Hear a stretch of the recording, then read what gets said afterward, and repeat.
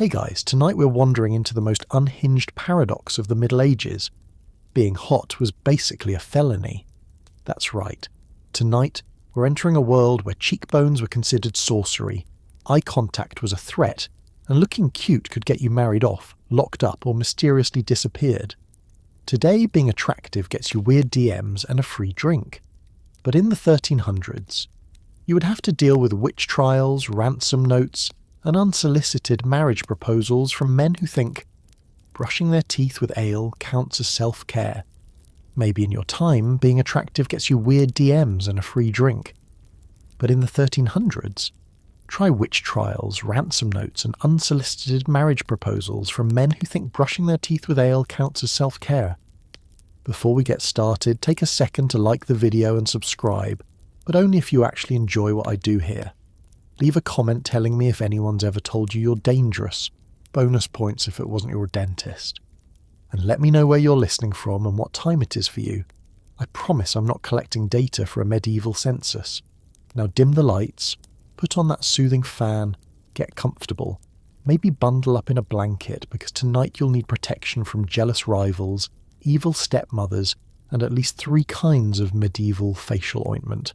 Let's imagine for a moment. If you woke up with flawless skin, how long before the local priest accused you of kissing Satan on the mouth? If 3 knights showed up to duel for your hand, how do you tell them you're not into chainmail or halitosis? And if you accidentally look too good at the village fair, do you get a rose or a public stoning? Congratulations, you've just woken up in 1372 medieval Europe. You're officially hotter than a July day in a thatched roof cottage, and that, unfortunately, is going to be a problem. Good luck. Your eyes flutter open, and immediately you regret it. Not because you're tired, but because in this village, beauty is a liability. Your hair is perfectly tousled, your skin suspiciously clear. The chickens are already judging you. The dawn seeps through a sliver in the wooden shutters, casting just enough light to illuminate your disastrous good fortune. In a world where most people wake up looking like they fought a goose and lost, your face is suspiciously symmetrical. You can almost hear the universe mutter, "Oh, this one's going to be a problem." The air smells of straw, slightly damp wool, and something that is either last night's pottage or the latest attempt by the cat to claim the foot of your bed. You sit up, careful not to disturb your hair, which somehow looks artfully windswept even though you spent the night fighting for pillow real estate with 3 siblings, a goat, and a blanket that weighs as much as regret. Your mother glances over and does the medieval version of a sigh. She mutters a prayer and makes the sign of the cross. Is she grateful? Is she worried? At this point, it's probably both. It doesn't help that every movement you make seems to attract attention. Your brother, whose hair resembles a medieval mop, grumbles about witches in the house. Your youngest sister eyes your clear skin as if she's considering trading places with you at the next harvest festival. Even your father, whose only compliments are usually reserved for good turnips, can't help but look vaguely concerned. Breakfast is a public affair in a one-room cottage, so there's no escaping the fact that your beauty is on full display before you've even had your first chunk of day-old bread. And bread is exactly what's on offer. A hunk of it, sturdy enough to be used in self-defense if someone tries to comment on your rosy glow again. You catch your reflection in a pot lid, and the sight is both flattering and deeply inconvenient. In a world with no Instagram, word of your looks travels the old-fashioned way. Whispered behind hands, muttered over fences, and, if you're unlucky, immortalised by the local gossip who has nothing better to do. You attempt to downplay your appearance. Maybe a little extra dirt smudged across your cheeks. Maybe a hastily tied scarf that says, "I'm too busy surviving the plague to care about my cheekbones." But you're only met with more suspicion. Clearly you're hiding something. No one's skin glows like that on purpose. The logic is flawless. Beauty must be magic, and magic must be stopped. It doesn't help that your livestock are also involved. The chickens have developed a habit of pecking at your feet, as if searching for the source of your unnatural aura. The goat, jealous and ever opportunistic, tries to chew on your hair. perhaps hoping to absorb some of your forbidden attractiveness by osmosis. You quickly learn that beauty in medieval Europe is not a shield. It's a giant, flashing target. As you step outside to fetch water, you can feel the weight of the villagers' stares. Old Agnes, the village's self-appointed guardian of decency, is already at her post. She squints at you over her knitting, lips pursed so tightly you suspect she's holding in a fresh accusation of witchcraft for the right moment. Every step you take is followed by whispers. That's the one with the nice eyebrows. Probably made a deal with something in the forest. You haven't even had time to rinse your face. All you want to do is blend in, to wake up, yawn, and look as unremarkable as a sack of root vegetables. But in this place, in this era, your beauty is as much a part of you as the dirt under your fingernails and about as easy to scrub off. So you trudge into your day, shoulders hunched, scarf pulled low, and hope that maybe tomorrow you'll wake up with a respectable pimple, just enough to take the heat off. But until then, you eat your bread, dodge goat bites, and try not to draw too much attention, knowing that in medieval times, waking up beautiful is about as safe as juggling torches in a hayloft. And that's just before breakfast. There are no glass mirrors, just polished metal. You squint at your warped reflection. Is that a dimple or a curse mark? Either way, word travels fast. Someone's looking a little too blessed. It's a daily gamble.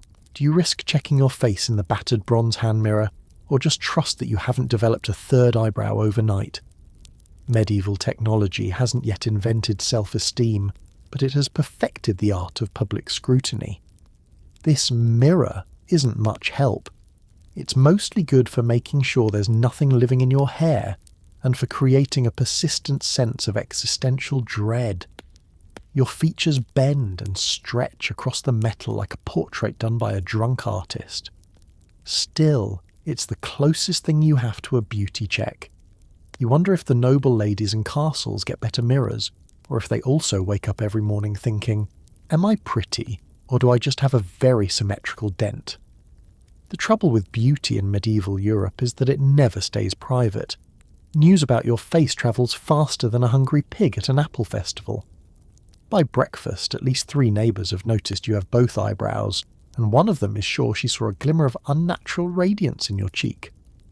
By lunch, the blacksmith's wife has started referring to you as the fair one, with a tone that suggests she'd rather be referring to someone else.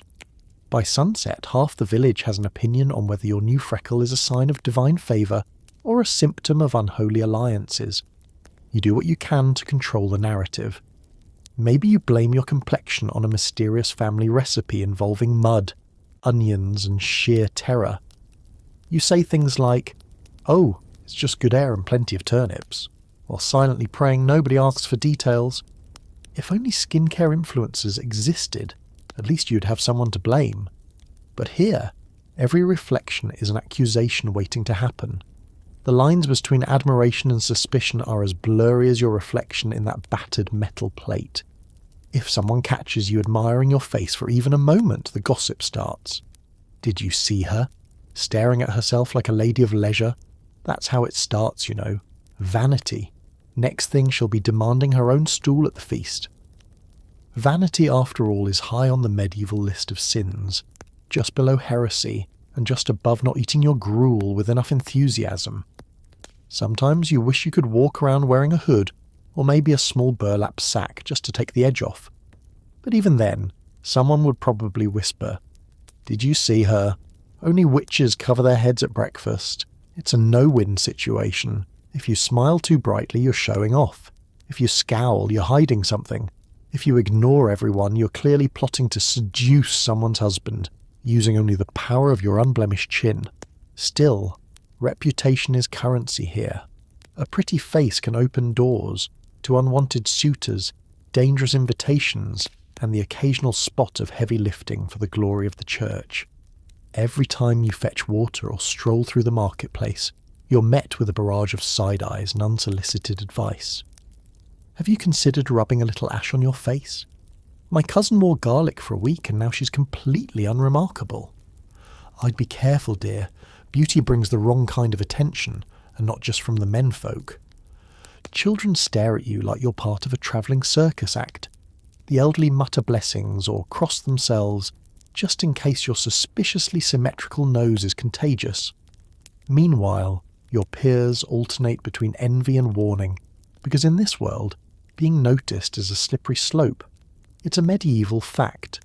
The higher you rise in the court of public opinion, the farther you have to fall when someone accuses you of enchanting their sourdough starter.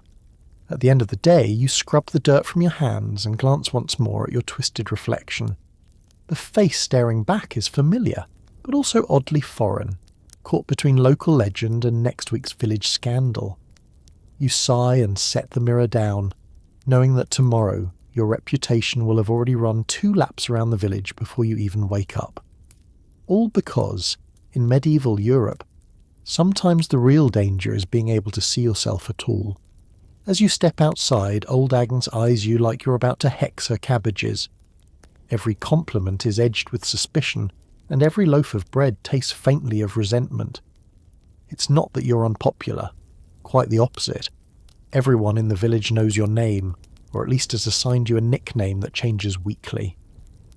The Fair One, Witch's Darling, or on days when the wind blows in from the pig pens, just that one. Your mere presence outside is an event.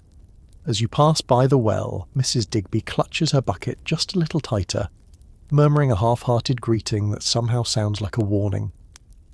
"Morning, love. Beautiful weather, just like you ordered it, eh?" She grins, but her eyes never quite meet yours. Subtle. Compliments from your neighbours are never just compliments. Your skin looks so clear. Must be all that, honest work, or something. They'll peer at your hands, hoping to catch a glimpse of a callus, maybe a hangnail, anything to prove you're not cheating at the game of medieval survival with some forbidden face cream. You once caught young Tom whispering to his friends that you sleep standing up to keep your face from wrinkling, like a very attractive scarecrow. Of course, nothing says welcome to the village like a fresh loaf of bread that's just a tad too salty. Every time you receive a gift, it's a gamble. Sometimes it's bread that's a little burnt on one side. Sometimes it's eggs that are just about to turn, best eaten quickly, which in medieval terms means before you can smell them from across the room. You say thank you, because not saying thank you is the fastest way to become the main character in next week's witch trial and bake sale. Old Agnes is your most dedicated critic. She spends her afternoons in a perpetual squat, weeding her cabbages and muttering spells, prayers, under her breath, all while keeping a careful eye on you. She knows the value of a good rumour and the cost of a prettier neighbour. "You know, dear, I've never seen someone your age without a single wart. Peculiar, that. Have you been drinking the Goodwell water, or do you just rub yourself with moonlight?" The question hangs in the air heavier than her onions. Every time something odd happens in the village, a cow stops giving milk, a child wakes up with a rash, the ale goes sour. There's a subtle shift in how people look at you. Must be the weather, they say, but they glance in your direction just to make sure everyone remembers who's really to blame. You're not just beautiful, you're suspiciously beautiful, which is an entirely different, much more dangerous category. You try to blend in.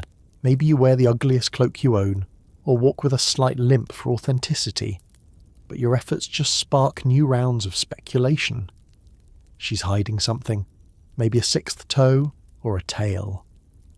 When you show up at church with a smudge of ash on your forehead, half the village nods approvingly. The other half wonders if you're hiding a birthmark in the shape of the devil's spoon. The kids are the most honest. They crowd around you, daring each other to touch your hair or tug at your sleeve, whispering about the lucky mole on your chin. Some days they leave flowers on your doorstep. Dandelions, wilted but well meant. Other days it's a frog, just in case you need company. You accept all gifts with a smile. Survival in medieval times means being polite to every flower, frog and neighbour, no matter how suspect their motives. At the heart of it, jealousy is the village's main form of entertainment. It's not personal, it's just what people do when they don't have Netflix. They swap stories, compare notes, and invent increasingly convoluted theories about your morning routine. Was that a yawn? or a spell? Did you really wash your face, or did the fairies do it for you? So you keep your head down, laugh at the jokes, and eat the bread. Carefully, just in case. Because in a world where a nice complexion is enough to get you noticed, survival depends on never standing out quite enough to become a cautionary tale. And if Agnes ever offers you cabbage soup, you know better than to say no. Your mother's proud, sort of. Your father's worried. Your siblings alternate between using you for social leverage and blaming you for every bad omen since last harvest. At home, you're a walking, talking, slightly glowing source of both hope and anxiety. Your mother's pride is complex. She boasts about you in front of neighbours. Yes, that's my child, the one with the perfect eyebrows. But she's also the first to fuss over your hair, spit wipe invisible smudges off your cheeks, and pray you'll get just a little less attention. She remembers what happened to the last pretty one in the family, and that story always ends with a vague gesture toward the woods and a quick sign of the cross. Your father, meanwhile, has the air of a man perpetually bracing for disaster. He's seen how beauty can turn sour in a village where envy is the local sport. Pretty faces attract trouble, and sometimes trouble rides a horse, he mutters over his porridge, looking at you with an expression that's half affection, half fear that you'll bring home a lovesick baron or, worse, a poet. He's already rehearsing speeches about the value of a good, sturdy marriage and how personality lasts longer than dimples most of the time. Your siblings have found every possible way to turn your looks into family currency. Your older brother volunteers to walk you to the market, not out of chivalry, but so he can bask in reflected glory and maybe charm some extra cheese from the dairymaid with his beautiful sibling in tow. Your little sister borrows your old clothes, convinced they're lucky. Your twin, if you have one, has developed an allergy to compliments. Every time someone comments on your good looks, they get a rash, a headache, or an existential crisis depending on the weather. There's also a running family debate about whose side your beauty came from. Your mother insists it's her great-aunt's noble blood, which may or may not have been real nobility. Your father claims it's his strong peasant stock, built to survive a famine or a fashion crisis. The real answer is probably an unfortunate alignment of genetics and medieval boredom, but no one's writing that down in the family Bible. At dinner, your looks are as much a topic as the quality of the turnips. If you seem too cheerful, someone will warn you not to invite jealousy. If you look tired, it's all that attention wearing you out. If you get a pimple, everyone treats it like a public holiday. Finally proof that you're mortal. Even family celebrations are fraught. Birthdays mean blessings from grandma, warnings from grandpa, and at least one cousin suggesting you wear a veil just until the harvest is over for everyone's safety. Being beautiful in a medieval family is like being the family cow, prized, but always at risk of being sent to market. Every decision is made with your future in mind, which usually means, how can we turn this into a good marriage, more land, or at the very least less trouble from the neighbours? At some point you realise your family's love is mixed with a kind of cautious project management. You're less a person and more an asset. One who needs to avoid scandal, injury, or worse, falling in love with someone who can't afford a second pair of shoes. Then there's the issue of household chores. You're still expected to haul water, feed the chickens, and muck out the barn, but any blemish or sunburn is treated as a minor tragedy. "Don't ruin your hands," your mother whispers, thrusting you gloves that haven't been washed since last Candlemas. "Wear a hat or you'll lose your colour," your father urges, handing you a scrap of fabric with more holes than shade. If you return from the fields a little too flushed, your siblings pretend you did it on purpose, just to make everyone else look bad. At the end of the day, you squeeze into bed alongside the rest of the family, everyone shuffling for position. You're wedged between a sister who snores and a brother who steals the blanket. As you drift off to sleep, you wonder if it wouldn't be easier to have a face like a turnip. No one expects much from a turnip, but in the morning you'll wake up the same, beautiful, beloved, and just a little bit resented. It's the medieval way. Today at Mass, the priest prays a little longer while staring directly at you. Suddenly you're on the prayer list, right after good weather and fewer boils. That's never a good sign. The moment you realise you're on the priest's mind is the moment you start to worry, not about your soul, but about your calendar. Because now every church service has an extra 5 minutes tacked on for special intercessions. The list always starts with a nod to the crops, the animals, the ill-favoured with the pox, and then, with an almost theatrical pause, a prayer for those among us who are especially noticeable. The congregation immediately turns their heads in your direction, like you've suddenly become the village sundial. Subtlety is not a medieval strong suit. The priest is a man of the cloth, but also a man of routine. He's noticed the uptick in villagers dropping by for spiritual counsel, which suspiciously coincides with the rise of your cheekbones. In a world where beauty is as rare as an honest tax collector, you're both a curiosity and a threat to the carefully maintained balance of sin and virtue. He starts slipping little warnings into his homilies. Let us not be tempted by the fleeting beauty of this world. You hear that and immediately wonder if you should start wearing a hood, or maybe a papier-mâché nose. After Mass, the priest singles you out for a word. In a village where privacy is non-existent, a word means a mini-conference at the steps of the church, within earshot of the entire congregation. He's all smiles and soft words, but you can sense the underlying message. Your appearance is stirring things up. Virtue shines brightest from within, my child, he says, as if he suspects your soul is plotting something nefarious behind your well-structured brow. From that point on, you notice a distinct change in your church experience. Every time you walk in, a few heads bow a little lower, some in reverence, most in suspicion. The priest doubles down on tales of saints who shunned earthly beauty, St. Wilfrid the Wrinkled, St. Ethel the Unremarkable, all paragons of being blessedly plain. Suddenly the hymn selection seems suspiciously on theme. O Lord, preserve us from temptation, and turn not thy face upon us. It's flattering, in the same way being the reason for new safety signs is flattering. The priest's concern isn't entirely about vanity, of course. He's also running defence against local superstitions. He's heard the whispers that you're unnaturally favoured, possibly by angels, possibly by forest spirits, or, on days when the ale is strong, by something much, much worse. To keep things calm, he decides the best course is more church involvement for you.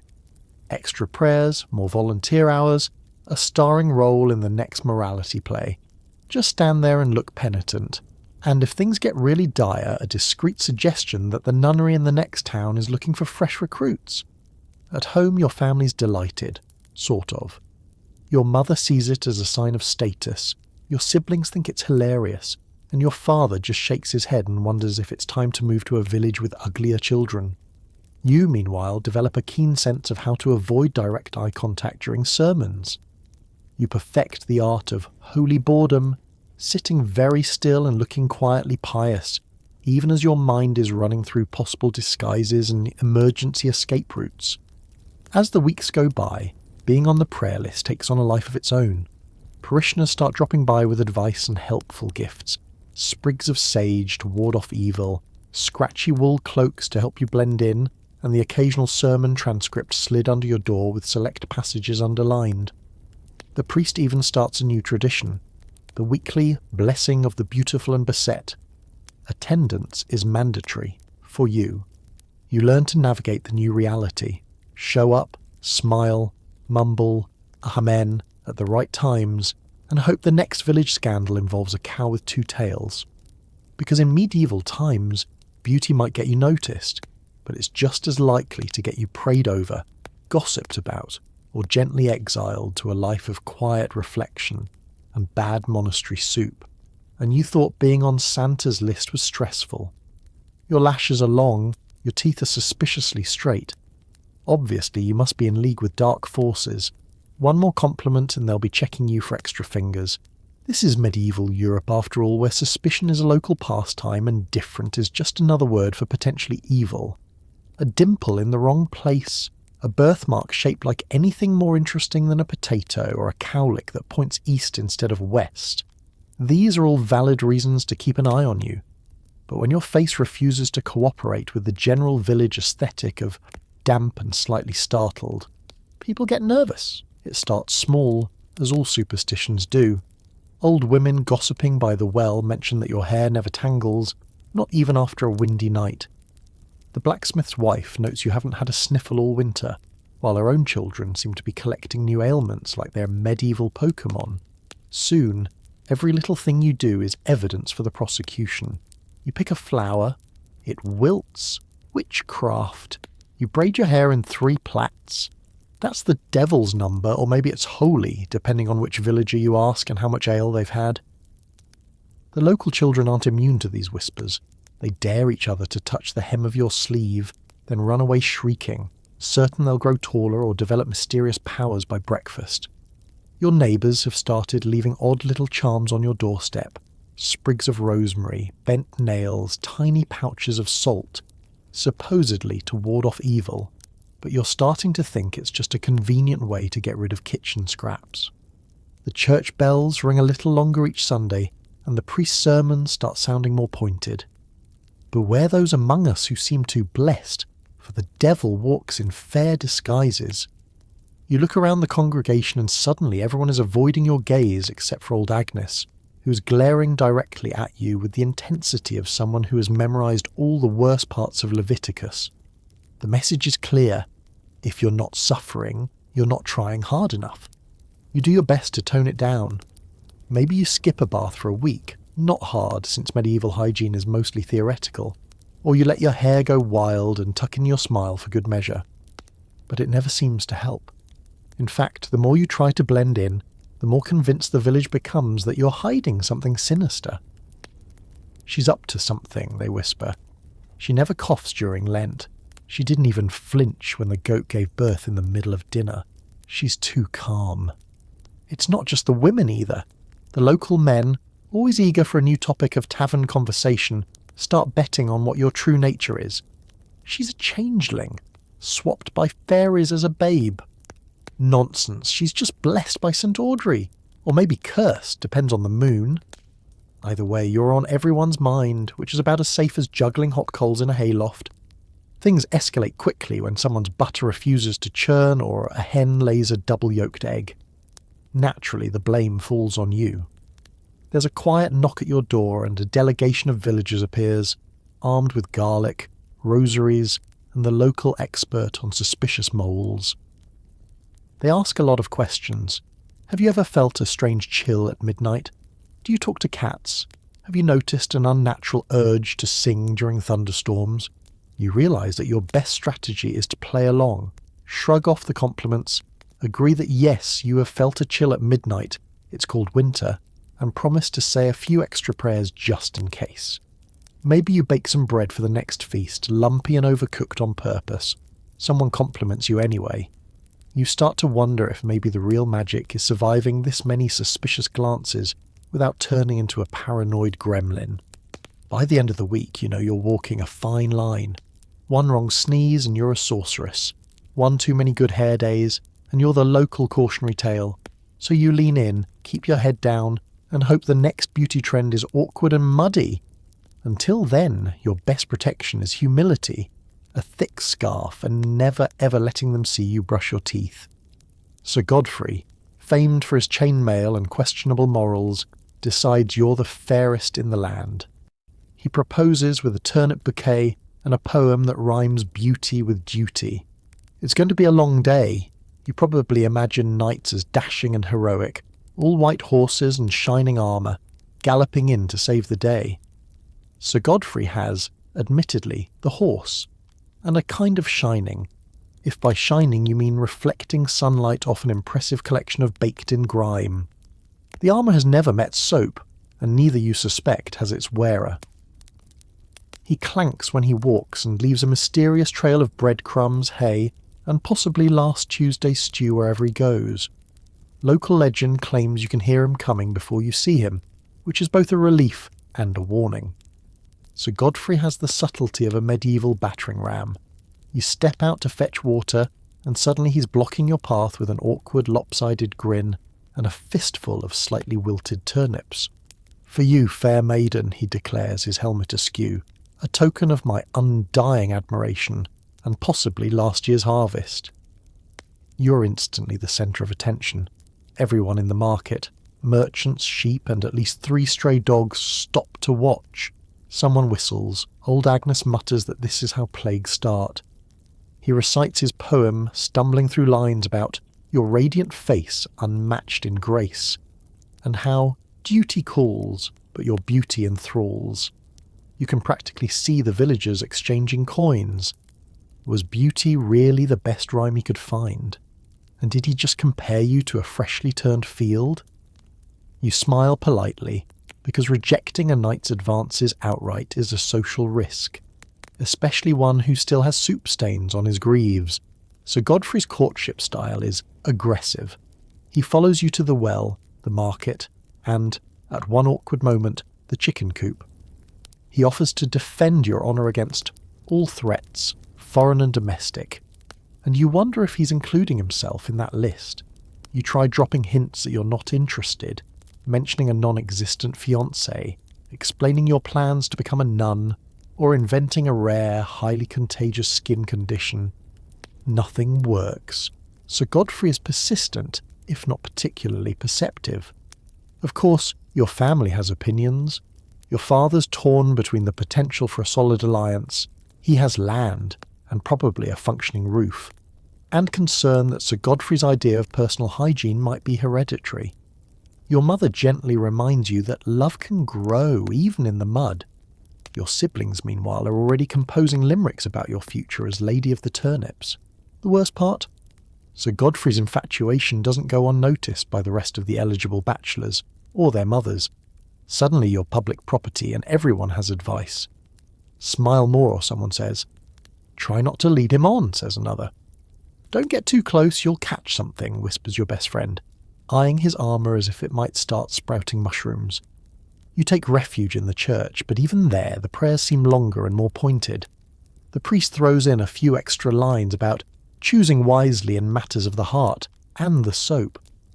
The village children start daring each other to touch Sir Godfrey's helmet, convinced it's magical or, at the very least, contagious. The local dogs won't go near him, which you decide is probably a sign from above. Eventually Sir Godfrey tries one last grand gesture, a serenade under your window, accompanied by the world's saddest lute and the off-key howling of his horse. The song lasts exactly 3 verses before your brother accidentally drops a chamber pot out the window. Sir Godfrey takes this as a sign, possibly divine, definitely damp, that his courtship must wait for another day. So you retreat to your bed, exhausted and a little bit grateful for medieval walls thin as they are. You survive the day, the poetry and the produce, and as you drift off to sleep you remind yourself that in the Middle Ages beauty might open doors, but it also invites a lot of muddy boots through them, especially if those boots belong to a knight with a questionable relationship to laundry. Nothing says trouble like a lute under your window at 3 a.m, especially when his last ballad caused a duel and 3 chickens to faint. You would think that being serenaded by a troubadour is romantic, and maybe in theory it is, but in practice, in medieval Europe, it's more of an occupational hazard. You're trying to get some desperately needed sleep, because nothing ruins a beauty routine like being run ragged by courtly affection, and suddenly the hush of night is split by the melancholy strumming of a badly tuned lute. Your name is crooned with the breathless urgency of a man who's either deeply in love or in the throes of a severe cheese allergy. The song inevitably wakes the whole household. Your mother bolts upright, convinced it's an omen. Your father rolls over and threatens to accidentally drop the family chamber pot again. Your siblings press their faces to the window, daring each other to shout back rude limericks or ask for song requests. Even the cat, notorious for sleeping through thunderstorms, has left the room in protest. This is not the first time you've been serenaded. Troubadours, medieval Europe's answer to the modern ukulele guy at parties, are always looking for a new muse, and your unfortunate good looks have made you a repeat victim. It wouldn't be so bad if their ballads were even a little bit good. But somehow every lyric manages to combine references to your sun-bright hair, moonlit eyes, and turnips of unparalleled firmness. No one has ever immortalised a face in song quite so awkwardly. The neighbours, of course, have opinions. Old Agnes stands by her door in a nightcap, arms crossed, glaring at the offender as though she can banish him with sheer willpower. The butcher's wife has started taking bets on which animal will faint next. Last time, it was 3 chickens and a goat. The time before that, the village dog howled for an hour and hasn't been the same since. Someone has drawn a chalk outline under your window, not of a body but of the troubadour's dignity. You try every medieval trick in the book to make him stop. You cough loudly, slam the shutters, and even leave a note suggesting he try serenading old Agnes instead. She seems lonely. But it never works. For every lute strummer that gives up, 2 more appear, like musical hydras, each with a repertoire of ballads only their mothers could love. Word travels quickly, and your window becomes the unofficial open mic stage for every lovesick poet within a 10-mile radius. And the lyrics? Medieval love songs are less about subtle metaphor and more about direct threats to duel anyone who looks at you sideways. Your beauty apparently is responsible for at least 1 ongoing feud, 2 interrupted baptisms, and a near incident involving a cheese wheel and the miller's apprentice. Even the chickens have developed a nervous tic every time they hear a chord. The worst part is the aftermath. You're left with a village on edge, neighbours gossiping, and at least 1 noble mother writing angry letters about your reckless encouragement of romantic unrest. There's talk of passing a law about quiet hours, and if things escalate, possibly banning lutes outright. The local priest suggests more prayer, which only results in a new hymn called Deliver Us from Troubadours. You start to wonder if wearing a disguise, preferably something involving mud, old cabbage leaves and a fake moustache, would help. But deep down you know it's hopeless. As long as you're even remotely attractive, the serenades will continue along with the livestock-related casualties. So you develop a new skill, sleeping through noise. You master the art of rolling over, pulling the blanket over your head, and pretending you're in a quieter century. Because in the Middle Ages, beauty comes with a price. And sometimes that price is 3 verses of bad poetry, and a household full of fainted poultry. Tomorrow you'll face the aftermath, neighbours with questions, family with complaints, and a troubadour who still thinks moonlit rhymes with turnip. But for now, you close your eyes, count chickens, the conscious ones, and hope for a night free of romance and rampant musical ambition. Being beautiful means never having a say in your own marriage. Local nobility queue up like it's Black Friday, only instead of discounts, it's dowries. The minute your beauty is confirmed by popular opinion, or more likely the opinion of old Agnes and the market's cheesemonger, your fate is sealed. In a world where alliances are forged with land, livestock, and a handshake over dubious bread, your face is now family currency. You're not a person anymore. You're a negotiation with legs.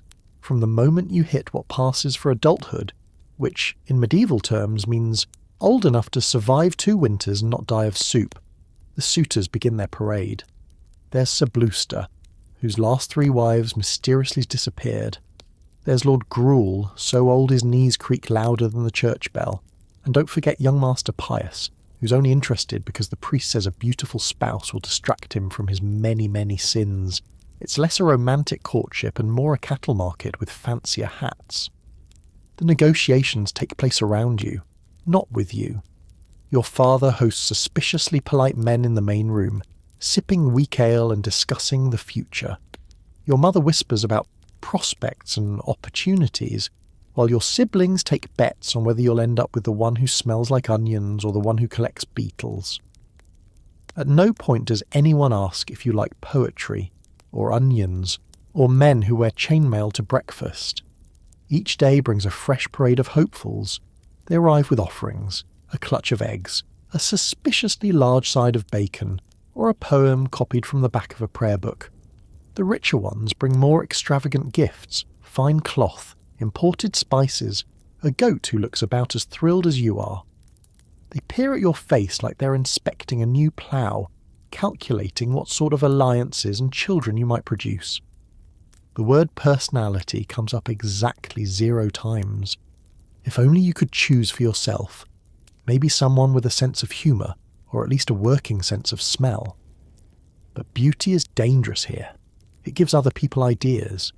The nobles see you as a ticket to a better future. The villagers hope your marriage brings favour to the whole town, or at least an invitation to a feast with more than one kind of bread. Even the local priest has opinions. A suitable match brings honour to the soul and the parish coffers.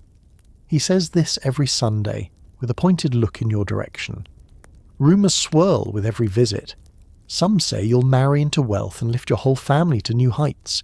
Others whisper you're destined for a foreign noble, or worse, a mysterious lord whose castle has more bats than windows. There are always warnings about spurning a suitor. Bad luck, sick cows, storms at harvest. One girl turned down a baron, and her garden never grew turnips again. Coincidence? No one's willing to risk it. The worst part is the total lack of privacy. Every conversation, every sidelong glance, every awkward silence at the dinner table, someone is calculating your marriage value. You're sent to visit a neighbour, and suddenly it's a chance encounter with their eligible son, who talks about pig farming with the passion of a man who has never spoken to a turnip, let alone a woman. You dream of refusing all proposals, joining a convent, or running away with a travelling theatre troupe. Anything but a future spent darning socks for a man whose main topic of conversation is how well his new boots fit. But such rebellion is almost impossible when your parents are eyeing their neighbour's plot of land and your siblings are practising their noble family signatures. So, you smile. You nod at the appropriate times. You hope that if you must marry, your future husband will be the kind who bathes at least once a season. And as you're paraded before the next batch of suitors, each one certain he's won the marital lottery, you remind yourself. In the Middle Ages, beauty opens doors, but often it's the door to someone else's future, not your own. By night, you imagine a world where you could actually choose. Until then, you keep your opinions to yourself, your smile carefully practised, and your escape plans neatly folded between your cleanest shift and the emergency goat treats. Some people collect stamps. Medieval nobles collect attractive spouses. Now there's talk of you being spirited away to a rival castle, because who wouldn't want a good-looking hostage? If you thought your main problem would be unwanted serenades and awkward proposals, think again. In medieval Europe, being good-looking is not just a social hazard, it's a legitimate security risk. And while modern dating is as simple as a swipe right or left, your entire life could be upended by the medieval equivalent, a dramatic abduction on horseback. It starts as a whisper at market just after the miller's wife glances nervously over her shoulder and mentions that time Lady Matilda vanished after a feast and came back 3 weeks later with better shoes. Suddenly, every sideways glance from a travelling merchant is loaded with suspicion. Is he actually here to buy flour? Or is he casing the village for a new acquisition? Your family tightens curfew. Your siblings treat you like a precious vase. Don't let her out of sight, and whatever you do, don't drop her. Your mother's advice gets oddly specific. Always walk in pairs, stay away from the forest path, and if a strange knight offers you a ride, say you have gout. Your father starts practising with his rusty sword, which is slightly less reassuring when you remember he once tripped over a chicken mid-swing. You begin to notice the subtle signs of a village on alert. Your chores are suddenly limited to tasks within shouting distance of home. Wouldn't want you wandering off to pick berries alone, not with all these rumours, your mother says, eyeing you like you're about to leap into the nearest hay cart and disappear forever. Even the livestock seem unusually vigilant. The family goat won't let you out of her sight, possibly hoping to tag along if there's any chance of greener pastures. The actual logistics of medieval kidnapping are both terrifying and ridiculous. There are no dark vans or coded messages, just a couple of ambitious knights, a cloak, and a horse with questionable training. The most eligible bachelors in neighbouring counties have all heard stories about your beauty. One of them sends a letter requesting your company, complete with a wax seal and enough flowery prose to choke a donkey. Declining is not an option. Declining just means they try harder. Every ballad and storybook seems to involve a maiden in distress being swept away to some crumbling tower. At first, you thought these tales were cautionary, but now you realise they were more like how-to guides for overly enthusiastic suitors. And unlike the stories, there's no guarantee you'll be rescued by a prince. Most likely it'll be your Uncle Gerald, arriving late and out of breath with the family dog in tow. The reality is, medieval society quietly accepts that beautiful people are currency. Marrying you off is one thing, but abducting you for ransom or as a strategic spouse, now that's high-stakes politics. She's not just a pretty face, your father grumbles. She's a diplomatic incident waiting to happen. The local lord offers to post an extra guard at your cottage. Never mind that he's 80 years old and only has one working eye. Your own efforts to prevent abduction become increasingly creative. You practice walking with a pronounced limp and work on developing a hacking cough. You smear mud on your face when venturing beyond the main road and start answering to the name Norman, just in case anyone is searching for the beautiful maiden instead of the local dung collector's apprentice. Despite your best efforts, the village gossip always seems one step ahead. Someone claims you've already been spotted, riding through the night, hair flowing like moonlight. In reality, you were just taking the shortcut behind the tannery, clutching a bucket and trying not to breathe too deeply. There's no rest at home either. The constant fear of kidnapping means your siblings now sleep in a protective huddle. Your mother keeps a wooden spoon by the door for self-defense, and your father patrols the perimeter with a lantern and a look of grim determination. You start to miss the days when your biggest worry was bad poetry and suspiciously gifted turnips. Because in the medieval world, beauty isn't just skin deep. It's a security risk, a political tool, and, if you're not careful, a one-way ticket to a new life as that mysterious stranger in the rival baron's tower. You wonder if next time you'll come back with better shoes too. You try to tone it down. Hair in a bun, mud on your cheeks, maybe a burlap tunic for good measure. It doesn't work. Now people think you're a beautiful witch in disguise. In the world of medieval fashion, subtlety isn't really an option. There are no oversized sunglasses or oversized hoodies to duck behind, just varying degrees of itchy wool, and the eternal hope that everyone will forget what you look like if you smear enough turnip on your face. It's hard to keep a low profile when simply brushing your hair out of your eyes is enough to make a group of passing monks cross themselves. You wake up and choose camouflage. A little dirt rubbed into the hairline for texture, a tunic so drab it could double as a potato sack, and boots that have seen better centuries.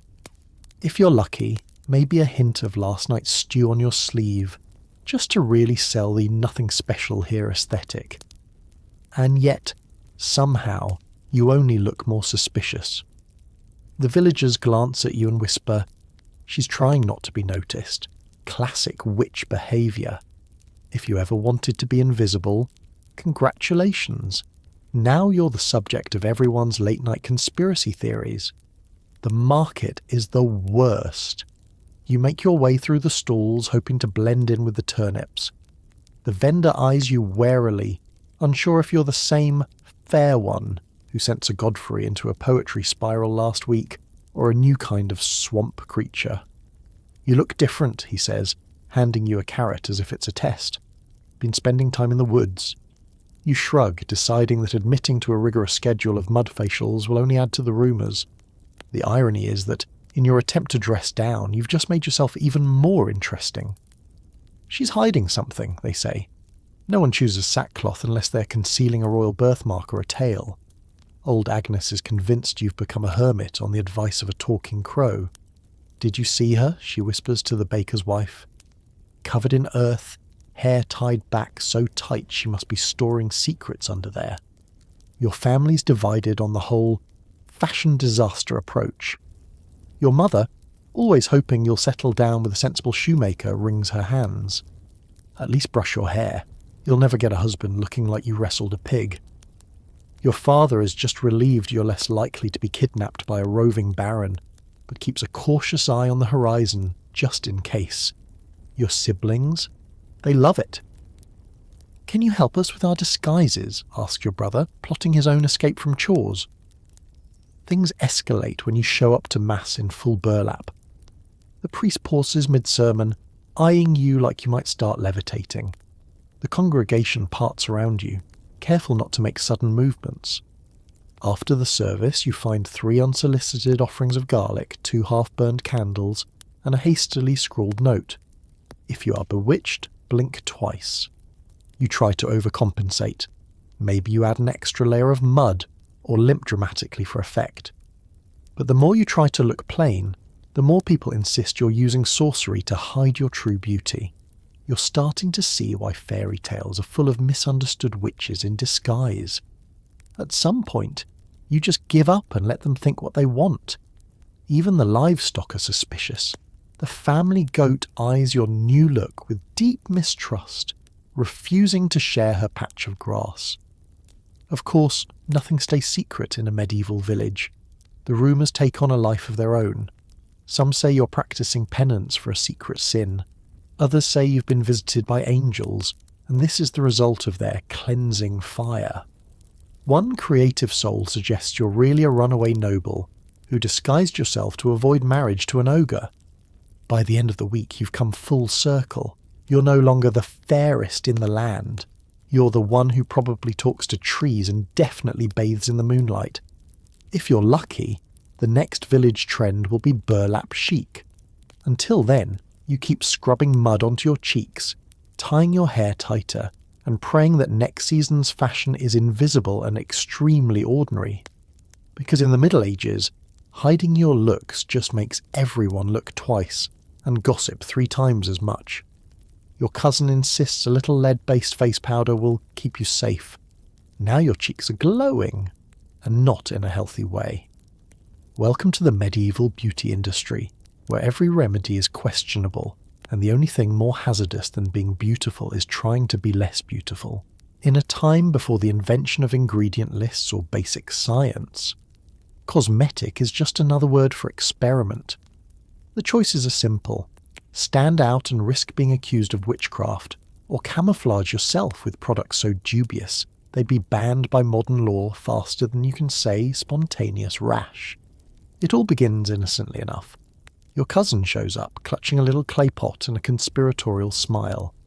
"I found this recipe from Lady Marjorie's maid," she whispers, guaranteed to take the edge off those scandalous cheeks. The secret ingredient, lead.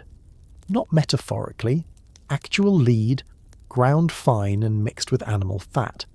Because nothing says subtle like a cosmetic that can double as an assassin's tool. She pats your face with it, muttering something about protection from unwanted admirers and attracting only the pious. You try not to think about the fact that your cousin's last attempt at beauty advice ended with everyone's eyebrows falling out for a week. Within moments, your skin is less ethereal glow and more recently painted chapel wall. The powder clings to your cheeks in streaky, ghostly patches. Every time you smile, you're rewarded with a delicate crackle of what you hope is only makeup and not your actual face. You look less like a village beauty, and more like you're auditioning for the role of haunted portrait in the local abbey. But your cousin beams. You look unapproachable, that's good. Unfortunately, nothing in the medieval world stays secret for long. By the time you make it to market, the rumours are flying. Did you see her face? It's like she's been kissed by the moon, or something worse. Old Agnes takes one look and decides you've dabbled in sorcery again.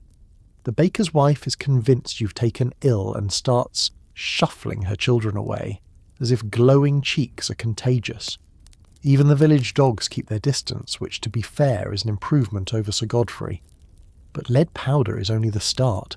There's a whole catalogue of medieval beauty solutions, each one more misguided than the last. Want to look paler? Vinegar wash, followed by a nice rinse in rainwater collected from the monastery roof. Need a hint of colour? Rub on a little beetroot, unless you're allergic, in which case, enjoy the hives. For extra radiance, some swear by the juice of green apples, applied nightly, though it has the side effect of attracting every passing wasp in a 3-mile radius. If you're really desperate to hide your blessings, you can always try the classic medieval method, a combination of soot, sheep fat, and an unconvincing explanation. It's a beauty mask, you tell the children, as they point and giggle at your charcoal-streaked nose, for scaring away evil spirits, or possibly everyone else. The real problem, of course, is that no matter what you do, it's never quite right. If your skin is too red, you're ill. Too pale, you're cursed. Just right, you must be hiding something. The village healer suggests a poultice of nettles for that truly humble look, which leaves your cheeks both unattractive and mildly on fire. The blacksmith's wife recommends rubbing garlic on your lips before bed. Keeps away suitors and demons alike. She's not wrong, but it does mean you'll be sleeping alone, permanently. Your mother sighs and scrapes your cheeks clean with a damp rag, muttering that, in her day, girls just grew a moustache if they wanted peace. Your father simply shakes his head and goes back to whittling spoons. At least spoons don't get accused of supernatural powers. By the end of the week, you've cycled through every cosmetic in the village and invented 3 new allergies. So you wash your face, ignore your cousin's next bright idea, and try to accept that sometimes being beautiful or not just isn't worth the risk of medieval makeup. Because in this century, the only thing more dangerous than being noticed is being noticed with glowing cheeks and a faint scent of boiled sheep. If you sneeze, it's a scandal. If you don't, it's witchcraft. By sunset, the rumour mill has you married, widowed, and suspected of cursing 3 cows. Welcome to the thriving world of medieval small-town journalism, where the ink is gossip and the presses are fueled by envy, boredom, and the occasional leftover pottage. Your beauty, once a point of pride, or at least tolerable inconvenience, has become front-page news in a community where front page is actually just old Agnes's kitchen table, and the journalists are anyone with ears and too much time on their hands. It doesn't take much to get the story spinning. You could simply sneeze in the wrong direction, preferably near the well during market hours, and suddenly everyone's talking. Did you see her? Sneeze thrice before noon. That's never a good omen. And if you don't sneeze, clearly you've made a pact with someone powerful. Not even a sniffle all winter. She must be mixing something into her porridge, or perhaps she's on speaking terms with the devil's apothecary. Every glance, every yawn, every slightly raised eyebrow is catalogued and distributed like royal decrees. A simple frown at your reflection is interpreted as a secret message. Perhaps you're mourning a lost love, or plotting to poison the baker's wife. By the end of the day, you've been spotted weeping. It was just a bit of dust in your eye. And smiling seductively. You were just thinking about pie. The villagers never let facts get in the way of a good story. Rumours here are less like whispers and more like stampedes. If you walk to the market with your hair down, word spreads that you're tempting fate. If you braid it, you're in mourning. If you leave it loose, someone's cousin's brother's wife saw you by the graveyard at dusk, probably summoning spirits. You try tying a kerchief around your head, but that just convinces everyone you're hiding horns. Your social life becomes a medieval reality show, and everyone is auditioning for the role of concerned friend. The blacksmith's wife corners you at the well to deliver a friendly warning about your suspiciously even teeth. The shepherd claims he saw you talking to his flock. You were just telling the sheep to get out of your garden, but why let the truth spoil a good yarn? Meanwhile, your own family gets swept up in the tide. Your mother hears that you've been secretly betrothed to a mysterious noble. Your father is asked, not for the first time, if you can bless a newborn piglet for luck. It's not just idle talk. These rumours carry real consequences. Suddenly, you're being watched by the priest during Mass, as if you might break into song and summon thunder. People bring you strange offerings, flowers, trinkets, the occasional frog, hoping to curry favour or ward off whatever supernatural force they think you control. You receive anonymous notes advising you to avoid black cats, crossroads, and Mrs. Digby's cabbage patch. And the scandals. According to the grapevine, you've been married to a visiting knight, widowed by a mysterious fever, and seen walking in the moonlight with someone's cousin's ghost. There's even a rumour you cursed 3 cows, Never mind that the cows in question are fine, just tired of being part of the narrative. Someone claims you left a loaf of bread on old Agnes's doorstep as a hex. It was just a gift. But now half the village is convinced you bake bread with forbidden herbs. You can't escape the medieval tabloid circuit, so you adapt. You perfect your neutral face, learn to say nothing of interest, and never sneeze in public if you can help it. Still, you know tomorrow's rumours will be as wild as today's. Maybe you'll be accused of enchanting the well or of inventing a new kind of soup. If you're lucky, they'll forget about you for a week and focus on the miller's new hat. But probably not, because in a world without privacy, cable TV, or much else to do after sundown, there's no headline quite as irresistible as a beautiful face caught behaving suspiciously. And that, more than anything, keeps you in the news. You try hanging out with your less attractive friends for cover. Bad move. Now the whole group is under suspicion for organised witchery. Medieval logic is a delicate thing. It's perfectly normal to believe that rubbing a frog on your warts will cure them, but utterly suspicious for a pretty person to be seen with anyone less than radiant. You once thought that blending in with your friends, the ones with more freckles, less symmetry, and hair that obeys only the laws of chaos, might draw attention away from you. Safety in numbers, right? But in medieval Europe, groups are never just groups. They're clubs, cliques, or, if you're unlucky, cults. It starts innocently enough. You and your friends stroll to the market together, determined to face the day as an unremarkable pack. There's Matilda, whose nose is heroic in its ambition, and Henry, whose face has seen more sun than bread. Together you look like the cast of a morality play about humility, which should be comforting. Instead, you get stared at by every villager from the blacksmith's wife to the priest's nephew. People lean in and whisper, "Have you ever seen them together before? Must be planning something." The theory goes that if you surround yourself with people less likely to be accused of enchanting the crops, you'll fly under the radar. The reality is that the more you try to hide, the more you stand out. "Look at that," old Agnes huffs to the butcher. "An unholy alliance if I ever saw one. What are they plotting? And why does that one have such perfect teeth? You're not just suspicious, you're a trendsetter. Suddenly any group of mismatched villagers is a coven. If you laugh at a joke, it's cackling. If you whisper, it's spellcasting. You sneeze, it's a ritual." The baker's wife claims she saw you all walking counterclockwise around the well at sunset, which everyone knows is a surefire way to summon rain, or, at the very least, to scare the chickens. Your friends are mostly delighted by the drama. Matilda starts practicing her mysterious stare, and Henry, who's always wanted a little notoriety, leans in. "Maybe I'm the familiar," he jokes, waggling his eyebrows. Someone suggests that you walk around holding brooms, just to see if people really will believe anything. The next day, you do, and the rumour mill explodes. By dinner time, you're all apparently on a shortlist for exorcism. Of course, none of this stops the practical jokes. Your brother ties a sprig of rosemary to your cloak and tells everyone it's for protection. Your best friend starts speaking in rhyme, to keep up appearances, and at least once a week you come home to find a pile of garlic at your door and a note that reads, "In case of emergencies, break spell, then bake." The priest, desperate to keep the peace, invites your group to a special service focused on humility, neighbourly love, and avoiding temptations of the flesh.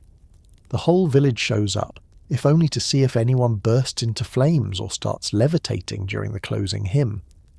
Your mother lectures you about keeping good company, while your father, half amused and half horrified, mutters about finding you a nice, boring spouse. There's a silver lining to all this, of course. No one dares ask you to join their household chores for fear of getting mixed up in your schemes. The village bullies leave you alone. Nobody wants to risk crossing a group that's allegedly responsible for last week's suspiciously good harvest. In time, you realise that medieval survival is as much about performance as anything else. Maybe you're a little magical. Anyone who can endure this much attention and still manage a polite smile must have supernatural patience. You and your friends become legends, if only in your own time. Kids tell stories about you. Teenagers dare each other to join your walks, and even the goats give you a wide berth. So you laugh, you lean into your new reputation, and you hold your group together. In a world where blending in only makes you stand out, the best defense is good company and a broomstick held high. Because sometimes, in the Middle Ages, the safest thing to be is whatever the village gossips fear most. A happy group of friends who refuse to apologise for existing. Laws say only nobles can wear certain colours or fabrics. Accidentally looking too fancy. That's a crime. Congratulations, you're stylish and subversive. The first time you get in trouble for dressing above your station, you honestly think someone is joking. It's not like you've raided the local lord's wardrobe or sewn gold thread into your one good tunic.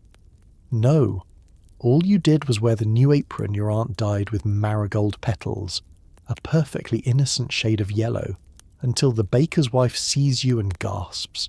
"That's practically saffron," she hisses. "Only the Baroness wears saffron." Suddenly you're the rebel of the cabbage patch. Sumptuary laws in the Middle Ages are the original dress codes, designed to keep everyone in their assigned box. Nobles get silk, bright blue, and, if they're really feeling wild, scarlet. The rest of you peasants are left with earth tones, scratchy wool, and the kind of brown that can only be described as dirt, but less cheerful. If you happen to have clear skin, good posture, or an apron that looks a little too clean, you're not just breaking social convention, you might be breaking the law. The local constable, who takes his job far too seriously, spots you on market day. He eyes your tunic, your accidentally fashionable braided hair, and the mysterious absence of mud on your shoes. "Is that linen?" he demands, as if you've shown up wrapped in the Magna Carta. You're given a stern warning about upsetting the natural order, and told to consider your choices, young miss. For the record, your only choice was not falling in a puddle that morning. Even your attempts to blend in are suspect. A new scarf, a necklace made of dried beans, or a flower tucked behind your ear, all potential signs you're trying to pass as minor nobility. Your mother sighs and reminds you that, in her day, the only accessory anyone needed was a good layer of dust and an aura of resignation. Your siblings immediately start hiding their hand-me-downs, lest you accidentally elevate the whole family to the status of social insurgents. But the real power of sumptuary laws is in their flexibility, especially when it comes to beauty. If you look too nice, too clean, or too coordinated, someone will claim you're violating the spirit of the law, if not the letter. "She looks too happy in that brown," old Agnes notes darkly. "I'd wager she's using forbidden soap." There's a rumour that you once wore green on a Thursday, which everyone knows is strictly for townsfolk with 2 cows and a brick oven. You begin to suspect these rules were invented by people who ran out of actual crimes to punish. Soon your reputation as a style outlaw spreads. Some are impressed. "Did you see her? She wore blue ribbon and lived to tell the tale." Others are scandalised. The local priest works humility and attire into every sermon. The miller's wife eyes you with suspicion every time you pass, clutching her beige shawl a little tighter. On the upside, you have single-handedly made sackcloth chic, though mostly as a cautionary tale. You're not alone, of course. There are always a few others who get swept up by the style police. Young Tom is accused of shoelace extravagance. Matilda, with her infamous red hat, is once again called to account for colourful tendencies. The two of you exchange knowing looks at church, silently counting how many sins your wardrobes have racked up this week. At some point, the absurdity of it all becomes oddly empowering. If you're going to get in trouble for looking good, you might as well enjoy it. You wear that yellow apron with pride. You practice your noble wave. Maybe you even start a secret society, the Order of the Peasant Peacocks. Motto: we came, we saw, we accessorized. Of course, you're still careful. No silk, no gold, and you avoid marigold on feast days, just in case the constable's feeling ambitious. But the next time someone accuses you of looking too fancy, you just smile and thank them for noticing. Because in the Middle Ages, fashion isn't just dangerous. It's a tiny, wool-covered rebellion, and you've never looked better. At the market, you ask for apples. The vendor gives you turnips. Nobody trusts a pretty face. especially not one asking for the good onions. The medieval marketplace is a battleground of egos, envy and root vegetables. For most people, buying produce is a simple transaction. But for you, every errand is an Olympic-level exercise in diplomacy, suspicion management, and acting like you have never heard the words natural glow in your life. There's a social hierarchy in these stalls, and as the designated village beauty, you're right at the top, and also directly in the crosshairs. You approach the fruit stand hoping for a few bruised apples and maybe, just maybe, an onion that isn't already halfway to compost. The vendor, a man whose beard appears to be auditioning for a hedge maze, sizes you up like you're about to accuse him of witchcraft. Apples, you say? Not for sale. He pushes a lumpy turnip across the table. Very lucky these. Almost as lucky as your face, I'd say. His tone makes it clear he thinks your luck is running out. You try to smile politely. Maybe today will be different. Do you have any of the good onions left? You ask, trying not to sound too hopeful. This is a rookie mistake. Immediately the woman next to you snorts and mutters something about fancy tastes. Old Agnes, whose market presence is more of a force of nature than a regular customer, leans in. Good onions are for honest folks who don't use beauty to get what they want. Apparently even vegetables are subject to the local social order. The crowd at the market is a living rumour mill. A simple request for carrots turns into a debate about whether you deserve the nice ones, or if you should make do with whatever's left after the livestock have picked through it. You reach for a slightly less lumpy potato and the vendor yanks it back. That one's reserved, he says. For whom? No one knows. Possibly for old Agnes, or maybe for a time traveller with no sense of taste. Buying anything special is out of the question. The last time you tried to buy honey, a small mob formed to make sure you weren't using it for nefarious purposes, like seducing a local noble, or worse, making your skin even softer. The butcher's wife claims you once tried to buy a lemon, which everyone knows is a sure sign of moral weakness. Lemons don't even grow here, but details are irrelevant to a determined gossip. It doesn't help that some people expect you to use your looks to get better deals, while others are on high alert for any sign of cheating the system. If you haggle, you're manipulative. If you pay full price, you're showing off. If you try to help the elderly carry their produce home, someone will say you're angling for an extra cabbage in the will. You start to miss the anonymity of the turnip aisle. Meanwhile, the actual quality of produce you receive becomes a running joke. Every market day you return home with the weirdest shaped vegetables and the kind of onions that would be considered experimental at best. Your mother sighs and wonders why the family stew always tastes vaguely of disappointment and roots. Your siblings try to trade your haul for better goods, but the moment someone realises it's from you, the negotiations fall apart. No thank you, I don't need any more pretty turnips, they say, as if beauty is contagious through root vegetables. And then there are the accidental perks. When there's a surplus of radishes or the apples start to go soft, you're the first to be offered the rejects. For your complexion, the vendor jokes. Sometimes you get a bonus bundle of wilted greens to ward off jealousy. You accept them all with a smile because in the delicate dance of medieval market politics, it's better to be grateful for wilted lettuce than risk being the subject of next week's She Turned a Pumpkin into Gold story.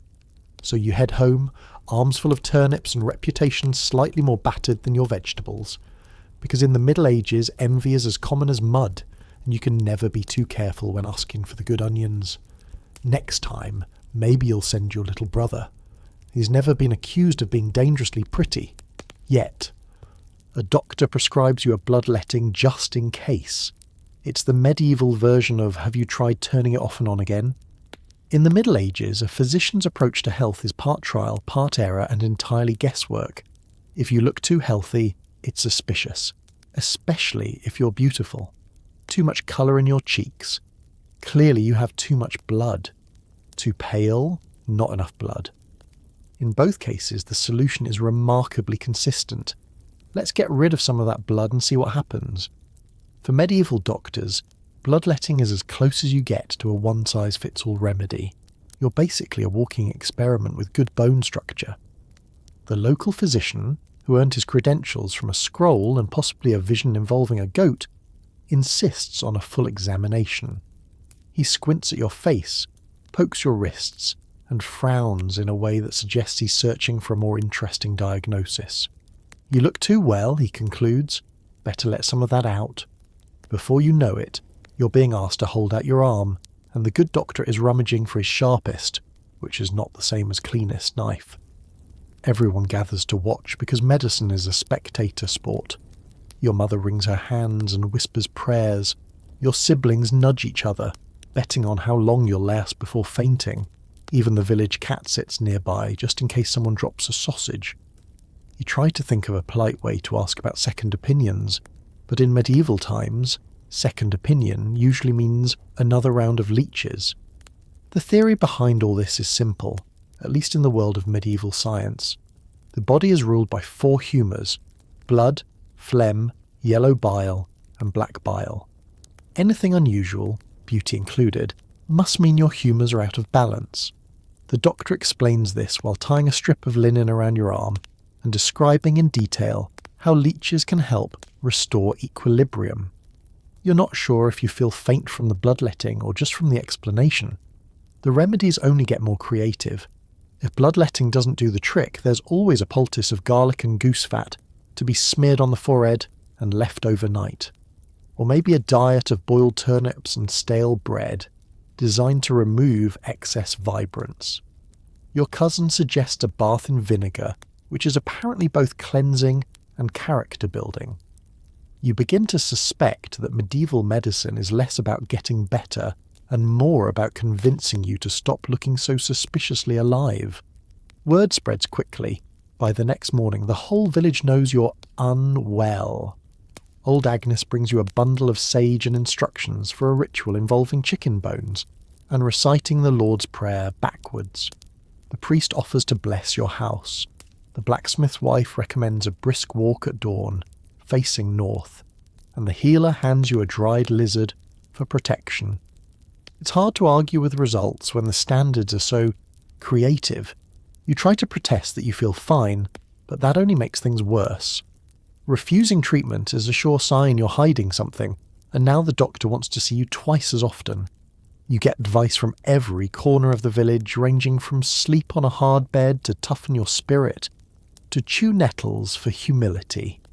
The children ask if you'll turn invisible, and your father quietly wonders if it wouldn't be easier to just let you marry a doctor and get it over with. Ultimately, your options are limited.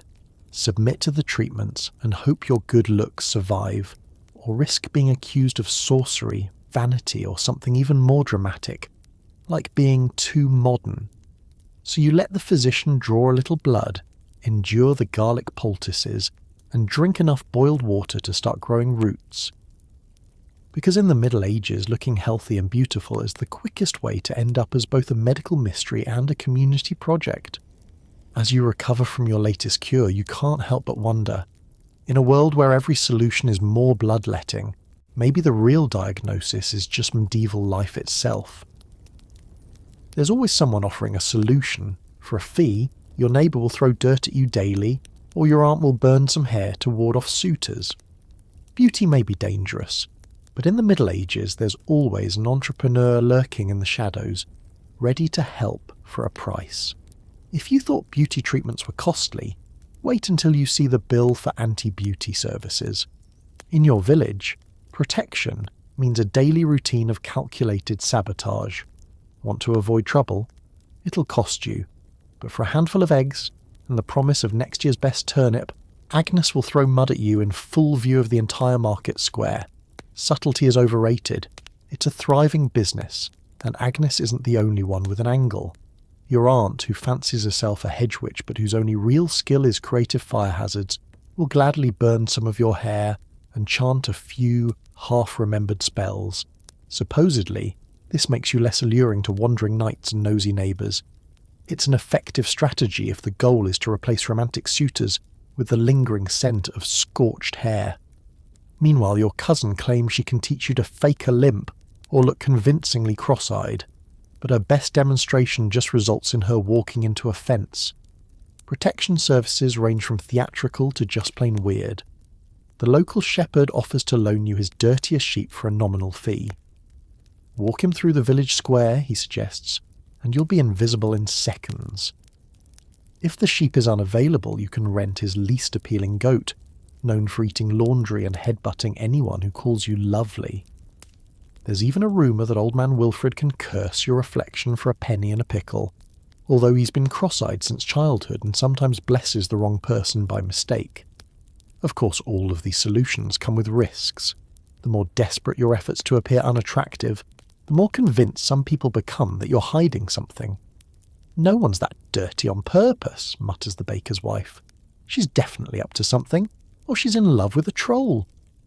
You realise that the more mud you wear, the more interesting you become. Medieval reverse psychology. If you can't be the most beautiful, try to be the most mysterious. Your parents, meanwhile, are torn between gratitude and embarrassment. Your mother helps with the hair burning, just a little off the ends for luck, while your father wonders aloud if it wouldn't be easier to simply move to a village where everyone's nearsighted. Your siblings, always resourceful, set up a side business selling ugliness charms, bits of old bone, wilted flowers, and the occasional unlucky chicken feather. For a few pennies, they'll guarantee to keep you average for a month or your money back. Not all protection rackets are so obvious. Some come in the form of bad advice. The village healer recommends bathing in nettles to roughen up your complexion. The blacksmith's wife offers to lend you her oldest apron, never washed, not even during the last plague. Children dare each other to touch your elbow and see if the beauty curse is contagious, while the priest quietly recommends extra prayers, preferably while facing a wall. Through it all, you do your best to stay out of the spotlight, but it's impossible. Some days it seems like every turnip in the county knows your name. You pay your fees, accept your daily dose of mud, and try to laugh along with the joke. Because in the end, surviving medieval beauty isn't about hiding your face. It's about playing along with the endless game of village politics, social sabotage, and muddy boots. By nightfall, you've got more layers of dirt than dignity, and your hair smells faintly of burnt hope. But you're still standing, still smiling, mud and all, and still the prettiest person in town, if only because nobody else is trying so hard to be ugly. In the Middle Ages, that's as close to safety as you'll ever get. Too many suitors, time to consider finding God, and by God we mean hiding behind stone walls and bad haircuts. It's a time-honoured medieval tradition. When the world becomes too much, or too romantic, simply run away to a monastery or nunnery, and let someone else worry about dowries and day-old bread. The church has long been a refuge for those fleeing the hazards of good looks, marriage proposals, and suspiciously persistent troubadours. All it takes is a dramatic sigh, a declaration of higher calling, and preferably an unfortunate haircut. Nothing says, "Leave me alone," like a badly executed tonsure. The idea first comes up after the 5th or 6th suitor in a week. Your family, ever pragmatic, weighs your options. You could marry Lord Gruff, your mother suggests, or Sir Gout, or perhaps take the veil. The suggestion is delivered with a sideways glance at your hair, as if the threat of a nunnery will scare your beauty into behaving itself. Your father, torn between a generous dowry and a lifetime supply of holy water, mutters about family honour and how, at least in a monastery, no one gets kidnapped for being attractive. Suddenly the advantages of cloistered life begin to sound appealing. No more surprise serenades, no more being elbowed aside at the market for flaunting your sinful complexion. The routine is strict but predictable. Prayer at sunrise, work in the fields, and plenty of time to perfect the art of looking humble. Most importantly, nobody will ask if you've had your hair done, because every haircut is the same. Short, practical, and performed with gardening shears by someone who hasn't seen a comb since Easter. Your friends are scandalised. Matilda can't imagine you giving up the outside world, while Henry claims you'll last a week before being excommunicated for inventing a new way to fold laundry. The village gossips go wild. "She's too good for us now," whispers old Agnes. Or maybe she's hiding something truly unholy under that veil. The rumours multiply faster than loaves at a miracle. By dinner time, you're apparently halfway to sainthood, or halfway to hiding from a rival baron's henchman, The transition isn't easy. You arrive at the monastery or nunnery and are handed a robe in a shade of beige so unflattering it could stop a wedding in its tracks. Your first lesson is humility. Your second lesson is how to survive on a diet consisting mostly of watery soup and bread that has known better centuries. Gone are the days of worrying about eyebrows and glowing cheeks. Here, beauty is considered an occupational hazard. Daily life within those holy walls is equal parts boredom and bliss. You wake with the dawn, tend a garden where nothing more glamorous than a turnip ever grows, and spend long hours copying texts by hand until your fingers are as gnarled as old Agnes's carrot crop. You find you rather like the peace, at least until you remember the midnight prayers, the draughty stone cells, and the never-ending unflattering hood. But even in a religious retreat your reputation follows. Letters arrive from home, filled with updates on market gossip, who's married whom, and thinly veiled requests for donations. Every so often, a new novice arrives, bearing tales of your mysterious past and a wide-eyed desire to know if it's true you once made a knight cry just by existing. The older nuns are equal parts suspicious and admiring. Keep your head down, they advise, and remember, no one ever accused a nun of being too pretty, at least not for long. And so you embrace the new routine. The prayers, the chores, the wardrobe of 40 identical beige robes. You learn to hide your hair, ignore your reflection, and become almost invisible, except, of course, when new gossip arrives and your legend gets another twist. In the safety of the monastery or nunnery, you may lose your suitors, but you never quite lose your story. It's not the life you dreamed of, but it's a peaceful one. And in a world where beauty attracts more trouble than treasure, sometimes the holiest place is simply anywhere you can finally be left alone with your turnips, your prayers, and the world's worst haircut. When the Black Death rolls in, guess who gets blamed? The unnaturally healthy. Congratulations, your beauty is now a public health crisis. If you thought looking good in medieval Europe was just an invitation for unwanted poetry and suspiciously aggressive proposals, wait until you discover what happens when plague arrives. Suddenly every smooth cheek and healthy glow is less a blessing and more a red flag, because according to medieval logic, if you're not coughing, sneezing or oozing something questionable, you must be up to no good. It starts with whispers in the market. The miller's wife, looking more sallow than usual, eyes you with undisguised suspicion. She hasn't been sick all winter, she announces. Not even a sniffle. That can't be natural. Within days, everyone is keeping an extra foot between you and their onions. The old healer offers a talisman to ward off envy, but her real message is clear.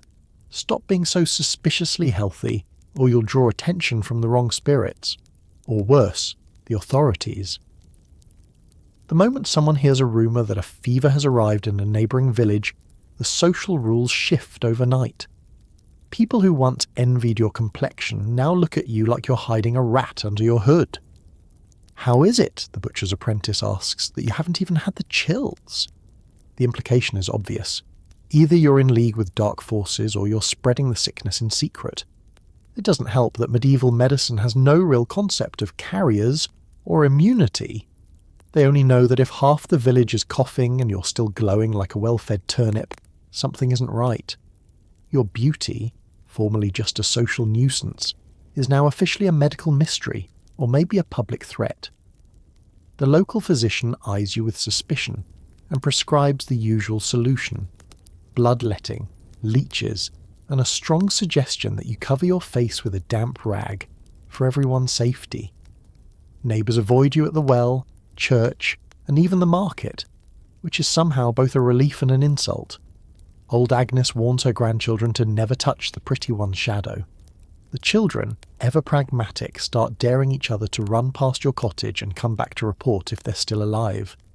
There's talk of hiring a priest to bless the beauty away, just in case the saints are paying attention. Of course, some people try to cash in on your misfortune. Your brother offers to teach you the art of fake coughing, sneezing and limping. For a small fee, your cousin will rub a little ash on your face before you leave the house, guaranteed to ruin your glow and blend right in. Your mother, ever practical, makes you sleep with a clove of garlic under your pillow, for luck and for odour. You're beginning to wonder if being unattractive is actually the safest survival strategy in the Middle Ages. As the plague draws closer, fear overtakes logic. If someone gets sick, you're the first person they look at. "She cursed me," the baker's wife shrieks after waking up with a fever. "I saw her smile at me last Sunday." And so the rumour grows. You're either causing the plague with your unnatural good health, or hiding the cure for yourself. You quickly learn that keeping your head down is the best option, but even then, it's not enough. At the first sign of someone's recovery, they thank the priest, the saints, and, just for good measure, everyone except you. In the end, the only real perk of being unattractive is social invisibility. While the beautiful are shunned, accused, and occasionally chased by townsfolk waving talismans and wet handkerchiefs, the rest blend into the background, immune to both envy and accusation. For a brief, strange period, beauty is a liability so large you consider rolling in mud and feigning a persistent cough. As the plague finally recedes, you're left with a new appreciation for ordinary faces, bad complexions, and the safety of being just another villager in a crowd. Maybe beauty will be a blessing again someday, but for now you're just glad to be ignored, alive, and finally a little less dazzling. It's hard to prove you're not a witch when you look suspiciously good during Lent. You're one suspicious mole away from a bonfire. There's never a good time to look your best in medieval Europe, but Lent is especially hazardous. As the rest of the village is shuffling around, hollow-eyed and grumbling about fasting, you, thanks to robust genetics and possibly last night's leftover turnip, are still looking distressingly alive. Your skin has a bit of colour, your hair isn't falling out in tufts, and you seem to avoid the general atmosphere of quiet suffering that defines the season. Congratulations, you're now the main suspect in the ongoing war against supernatural forces. It doesn't take much for suspicion to blossom into accusation. One day you're just living your life, trying to avoid eye contact with Sir Godfrey and not sneeze in the market. The next, you're being eyed by old Agnes like she's picturing which tree in the square would make the best kindling. She points out to anyone who will listen that your freckles moved since last Tuesday. Suddenly the gossip churns with theories about your secret powers. She must have a charm, the blacksmith's wife insists, or she wouldn't be so lively. The local priest, eager to maintain order and maybe spice up Sunday sermons, quietly recommends vigilance. The devil's work is subtle, often masked by beauty, he proclaims, glancing in your direction just long enough for half the congregation to turn and stare. The children whisper stories about how you can call the wind, and the baker's apprentice swears you made his sourdough rise just by walking past the oven. You start to wonder if you're in a very odd fairy tale or just a poorly organised witch trial. It isn't long before someone calls for an official inquiry. You're marched to the centre of the village square, where everyone who's ever suspected you of anything, flirting, smiling, not having warts, gets a chance to have their say. Her teeth are too even. She hums while she works. I saw her give bread to a black cat. In a world with no lawyers and only vague concepts of evidence, you quickly discover that everything you've ever done can be twisted into proof of supernatural mischief. The trial itself is more performance art than legal process. First come the character witnesses, neighbours, relatives, even your own siblings, all anxious to look helpful and holy. She's always had a way with chickens, your brother confesses, as if this is a mark of the beast. Your mother wrings her hands and pleads your case, but you can tell she's silently praying for just one good pimple to show up and save the day. Then come the tests. You're asked to recite prayers backwards, tricky even on a good day. Touch a piece of consecrated bread without it bursting into flames, surprisingly easy, and perhaps stand in a pond to see if you float. Everyone floats, you protest. It's called physics. The villagers are not convinced.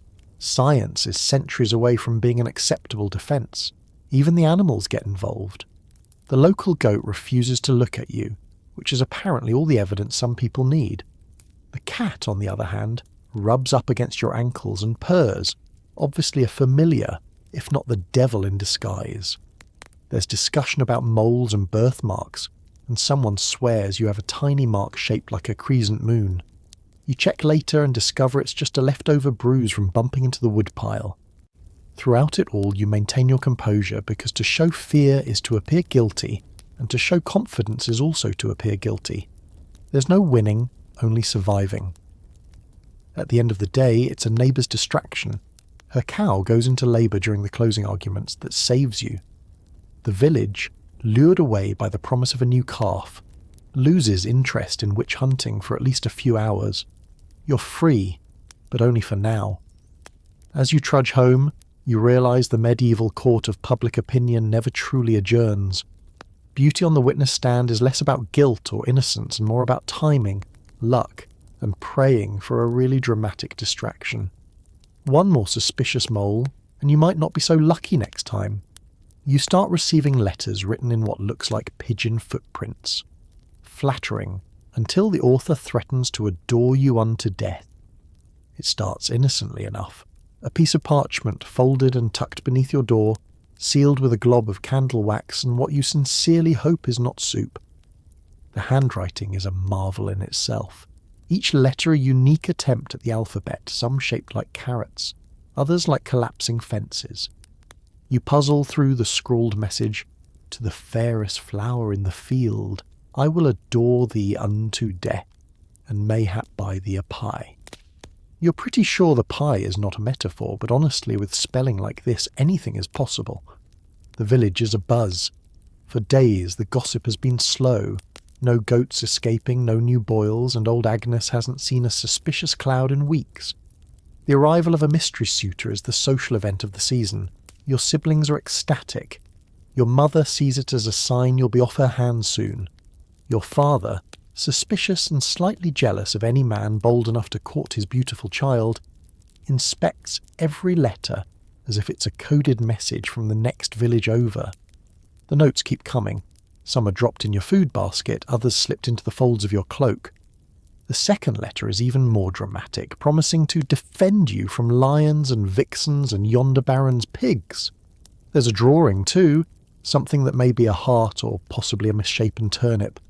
You show it to your friend Matilda, who decides it's modern art and offers to sell it at the next fair. Flattery quickly gives way to mild alarm. The third note declares, "If any knight should dare to court you, I shall duel him at dawn, or at least at elevenses."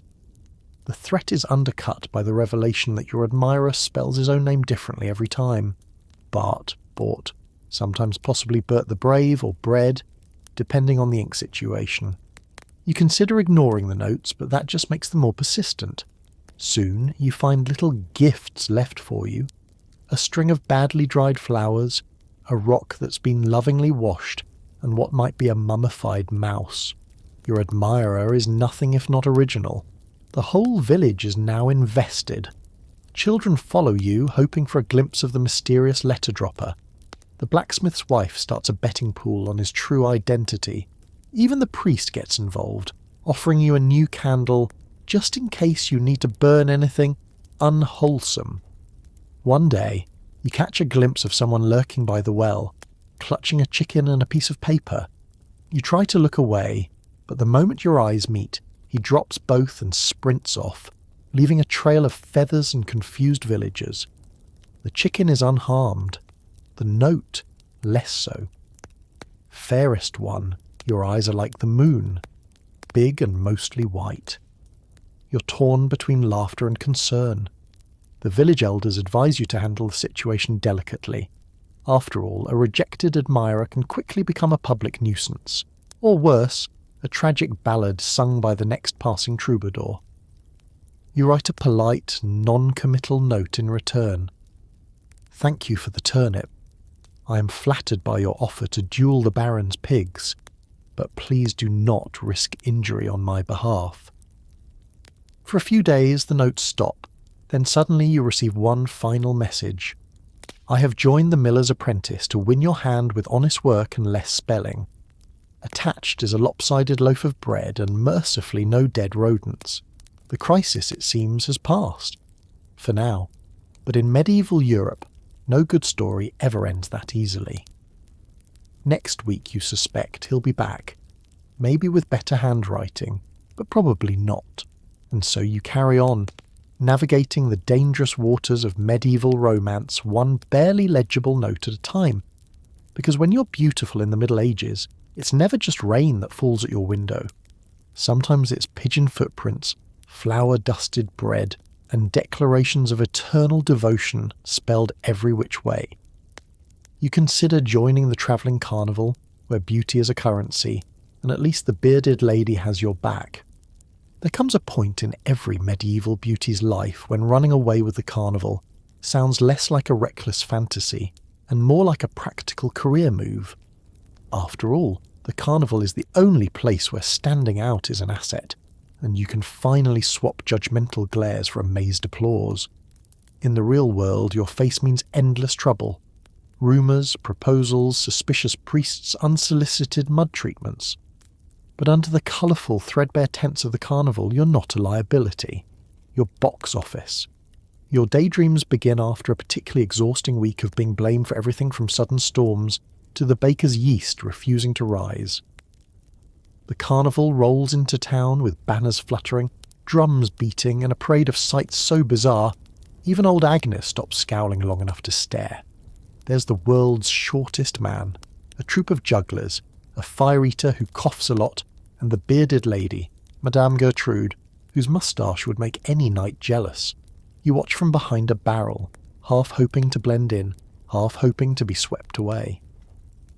One of the performers, a juggler named Milo with the world's most spectacular collection of missing teeth, catches your gaze. Ever considered the life of a star? He winks. We need someone who can draw a crowd and not burst into flames when they smile. The temptation is real. The carnival is freedom, or at least the closest thing to it this side of a nunnery. No more hiding behind sackcloth or bribing Agnes to throw mud at you. Here, beauty is a performance, a commodity, and sometimes even a superpower. You could be the enchanted maiden, the lady of 1,000 charms, or, if you're feeling bold, the one who survived old Agnes. The posters almost write themselves.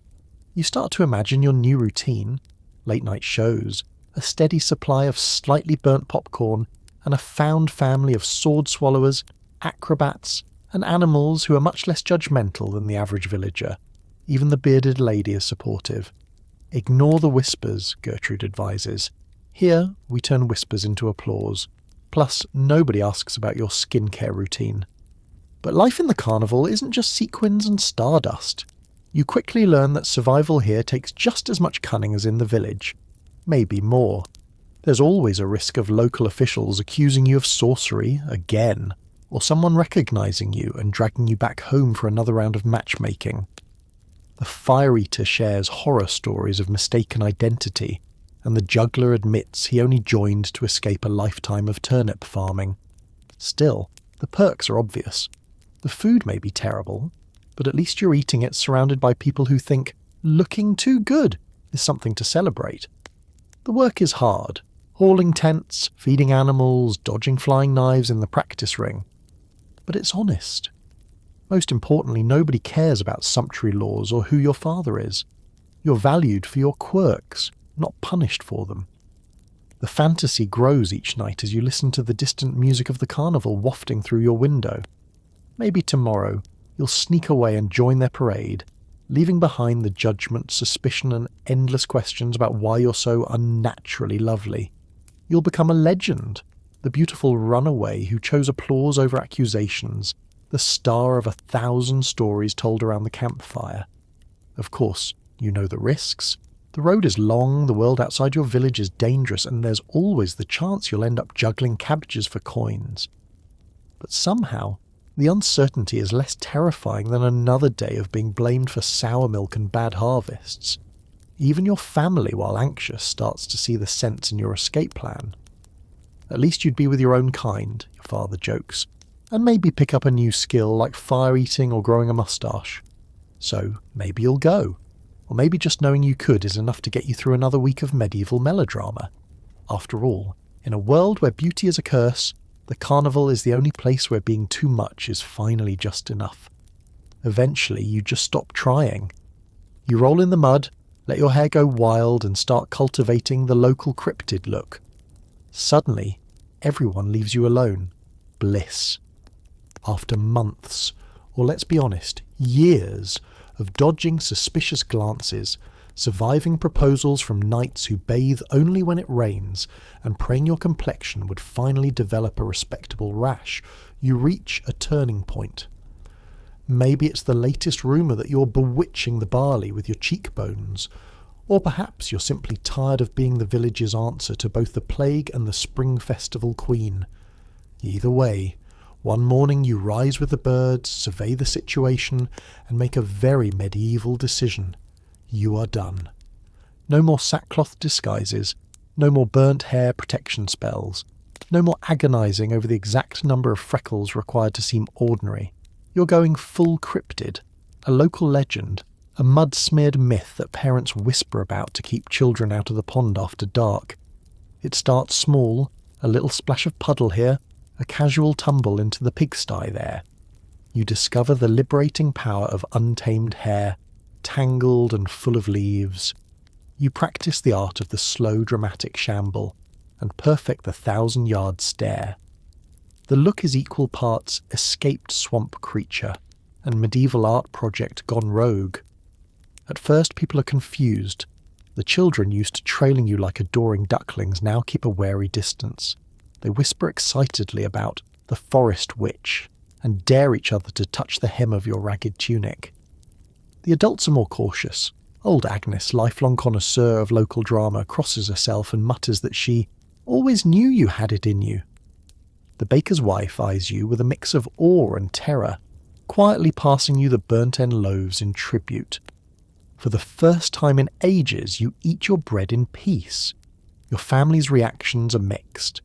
Your mother mourns the good scissors, now missing after your experimental haircut. Your father just shrugs. He's seen worse during the plague years, and your siblings are divided between horror and admiration. Your little brother, inspired by your commitment, starts rolling in the dirt too, claiming it builds character. By the end of the week, half the household has taken up strategic mud application, and the other half is threatening to move in with the goats. The best part? No more unwanted attention. Knights give you a wide berth, troubadours retreat to safer windows, and the village matchmakers quietly erase your name from their lists. Sir Godfrey, once convinced you were his destiny, now flinches when you appear, mumbling something about unearthly spirits. The priest stops adding extra prayers for you at Mass, perhaps worried you'll start haunting the confessional. The market is suddenly a place of calm. Vendors don't bother trying to upsell you turnips. They just hand over the oddest-shaped vegetables and hope you'll take them and go. You never have to wait in line, as everyone seems to be in a hurry to let you pass. You even develop a signature scent, a complex bouquet of earth, sheep, and mystery. It is, in every sense, the scent of freedom. Your newfound peace allows you to actually enjoy village life for the first time. You wander the fields without being pestered, nap under trees, and invent new hobbies like inventing ominous songs for distant thunderstorms. Sometimes you catch your reflection in a puddle, mud-streaked, hair wild, a flower crown of weeds perched at a rakish angle, and can't help but grin. For once, you look exactly how you feel, gloriously, defiantly odd. With time, the villagers stop whispering and simply accept that some people are meant to be beautiful, some are meant to be mysterious, and you, well, you're now the tale they'll tell their grandchildren about why you should always be kind to people who enjoy a good mud puddle. In the end, you realise that happiness, like beauty, is often found in the strangest places, sometimes under a layer of mud, with not a troubadour or suitor in sight. And that, in the Middle Ages, is the closest thing to bliss anyone could hope for. As you stare at your reflection in a murky puddle, you ponder your options. Maybe, just maybe, next life you'll come back as a goat. Less pressure, fewer suitors. It's midnight. The world is silent but for the distant hoot of an owl and the faint, suspicious snoring of the village priest. You kneel beside your chosen pond, the only place in town where you can find a little peace and quiet, and squint at your muddy reflection. Your face is half covered in dirt, your hair a wild halo, and your once celebrated radiant skin now sports an impressive streak of leaf green. You almost blend in with the reeds, and for the first time all day no one is asking if you're bewitched betrothed, or the cause of Mrs. Digby's sudden turnip blight. Your reflection, warped by ripples and moonlight, seems to ask the question you've been circling for ages. Was all this beauty really worth the trouble? Would life have been simpler if you'd looked a little more like the village cobbler's third son, pleasantly plain, never suspected of sorcery, and able to sneeze in public without triggering an inquiry? The goat, you think, has it best. Eat grass, chew your cud, sleep in the sun, and occasionally terrorise the market. No one cares if your ears are symmetrical.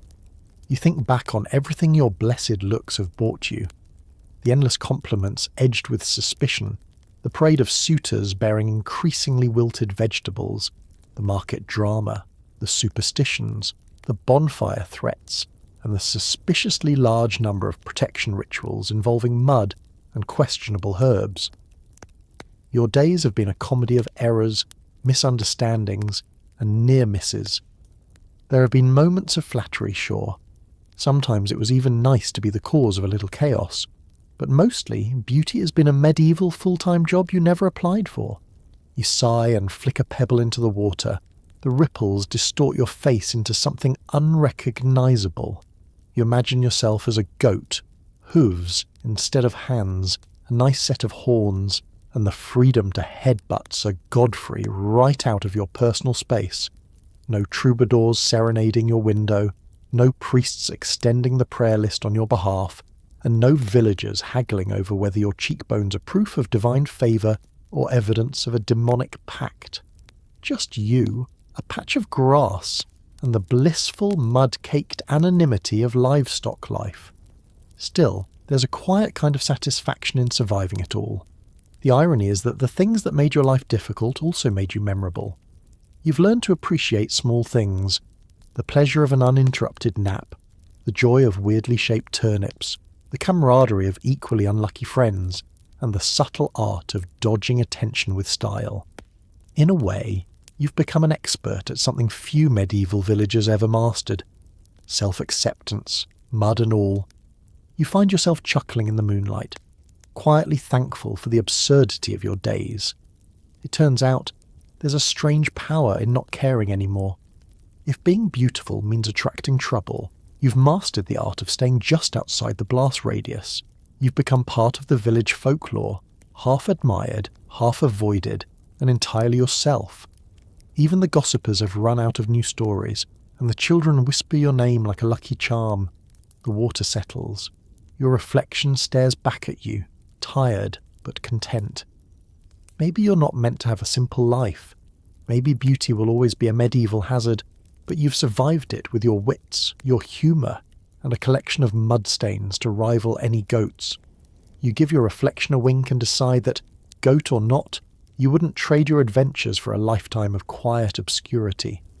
So you stand, brush the dirt from your knees, and head for bed, grateful for the moon, the peace, and the fact that, tonight at least, no one's banging a lute under your window.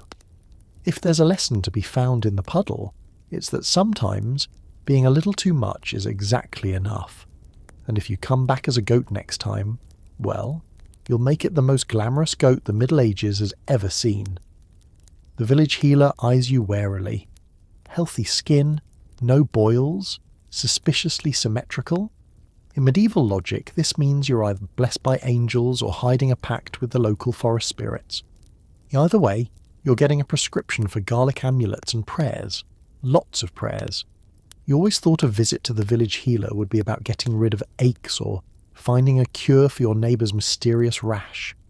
But now you're on the receiving end of that expert gaze, and the questions are more personal than ever. The healer leans in, sniffing for any sign of ill health or demonic perfume, poking at your cheeks and examining your hands for hidden marks or suspiciously smooth knuckles. "Too healthy," she mutters, as if good skin is just another kind of plague. Medieval medicine is a strange blend of faith, fear, and whatever's growing in the hedgerow. The healer's hut is stuffed with dried herbs, mysterious roots, feathers, vials of something that might be honey, and a cat that seems to know everyone's secrets. Here, a cold compress is just as likely to be a prayer as an actual remedy. So, when your only complaint is being unnaturally well, the usual treatments don't quite apply. The healer improvises. First come the questions. Have you seen any will-o'-the-wisps lately? Have you eaten mushrooms shaped like faces? Did you by any chance make a wish at the crossroads at midnight? Every question sounds like the setup to a bad fairy tale, and you do your best to answer in ways that sound humble, unthreatening, and absolutely not magical. No, you have not seen any glowing spirits, unless you count old Agnes after too much cider. Next comes the inspection. She peers at your teeth. Straight, she grumbles, but not unnaturally so. Are you sure you don't file them? She tugs a lock of your hair. Soft, but not too shiny. She tries to spot a birthmark, a sign, a hint of trouble. The cat hisses at your shoes. That's odd, she says, jotting something down on a scrap of parchment. Cats always know. You offer to let the cat sniff your hair, but the healer decides more drastic measures are needed. The prescription is a blend of folklore and kitchen pantry. You're handed a string of garlic cloves to wear around your neck, for purity and anti-enchantment, a sachet of rosemary for your pillow, for humility and pleasant dreams, and a candle, blessed by 3 saints and 1 confused stable boy. She gives you a long, stern lecture on the dangers of looking too well, and warns you to avoid mirrors, ponds, and especially admiring your reflection, as vanity is a known attractor of imps. She suggests for extra safety that you smear a bit of soot on your face each morning, just enough to dull the glow. Better safe than accused, she warns, adding another prayer for good measure. You leave her hut festooned in so many herbal charms you smell like a salad left in the sun. Your family greets you with mixed expressions of relief and barely disguised laughter. Your siblings invent new games. Guess how many garlic cloves before dinner and spot the sprig. Of course, the rest of the village notices immediately.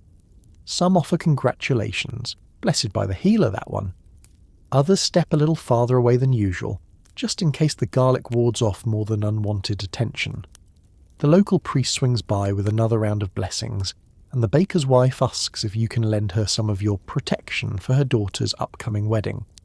You play along, grateful that at least the suspicions have turned from envy to awkward admiration.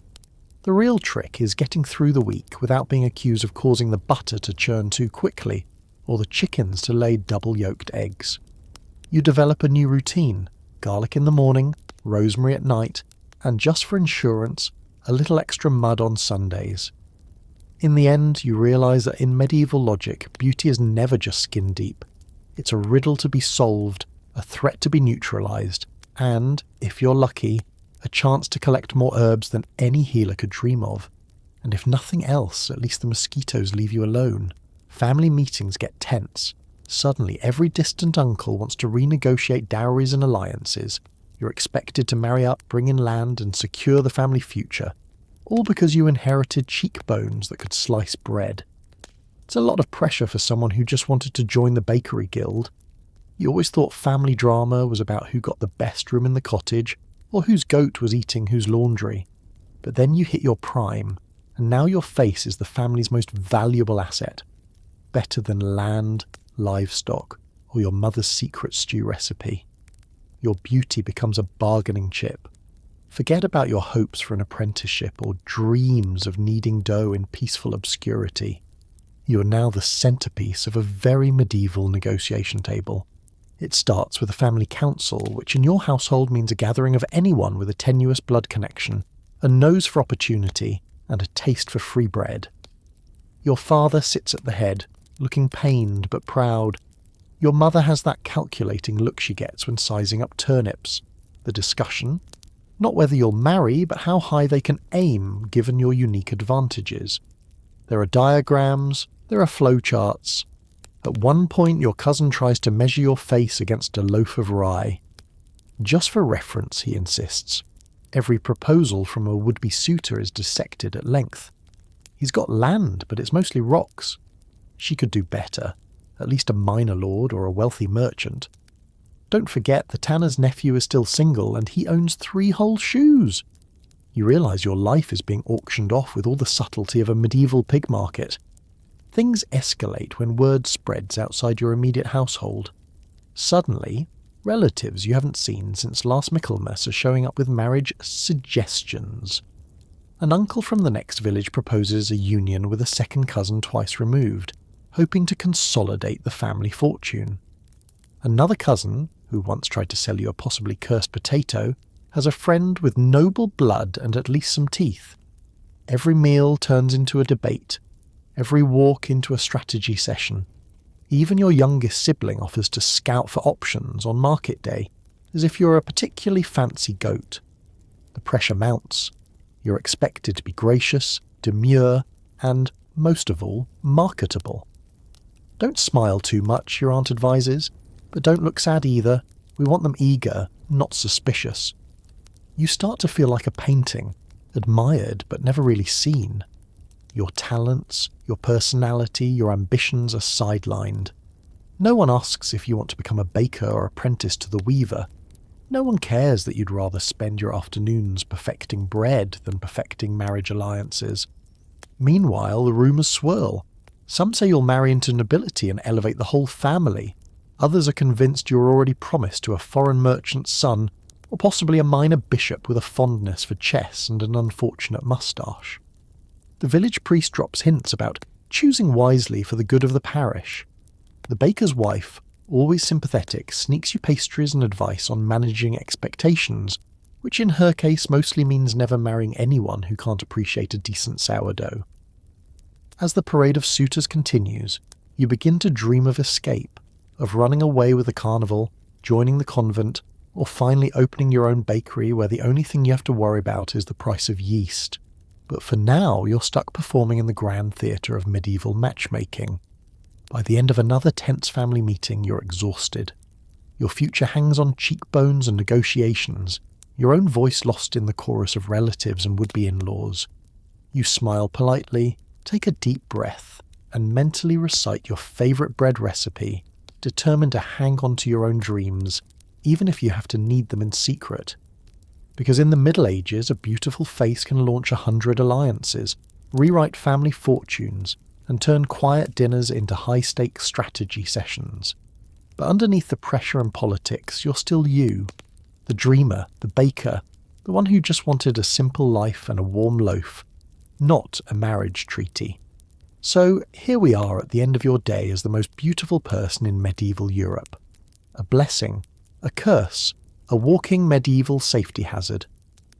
Tonight you've survived jealous neighbours, love-struck knights, suspicious priests, angry peasants, and the ongoing threat of being kidnapped, married off, or accused of consorting with unlicensed spirits. You've dodged troubadours with bad rhymes, healers with garlic necklaces, and at least 3 relatives trying to sell your hand in marriage before breakfast. It's easy to laugh at how much trouble a good-looking face could cause in a time before toothpaste, indoor plumbing, or even decent mirrors. But under all the rumours, accusations, and dramatic sackcloth disguises, there's something quietly heroic about making it through a day where your greatest crime was having nice skin. So as you settle into your clean, soft bed tonight, far from the drafty halls, courtly chaos, and suspicious puddles of medieval Europe, maybe send a quiet thank you to your ancestors. They survived centuries where beauty was dangerous, not just an Instagram filter. They endured the gossip, the scrutiny, the wild proposals, and the unflattering portraits, so that you could enjoy a life where being called too attractive is mostly just a weird compliment at a party. Because history is a wild place, and people have always found new ways to make each other's lives both hilarious and impossible. But it's also proof that, even in the most ridiculous circumstances, people kept going. They sang, they joked, they rolled in the mud and kept showing up, hopeful for something better, and sometimes just hoping for one quiet night. So tonight, as you drift off to sleep, remember, You're safe, you're warm, and the only thing you have to worry about is getting enough rest. History may be gross and terrifying, but it's also stubborn, hopeful, and kind of ridiculous, just like all of us. Sleep well, and dream of a time where your biggest worry is how to politely decline a troubadour at your window. Good night.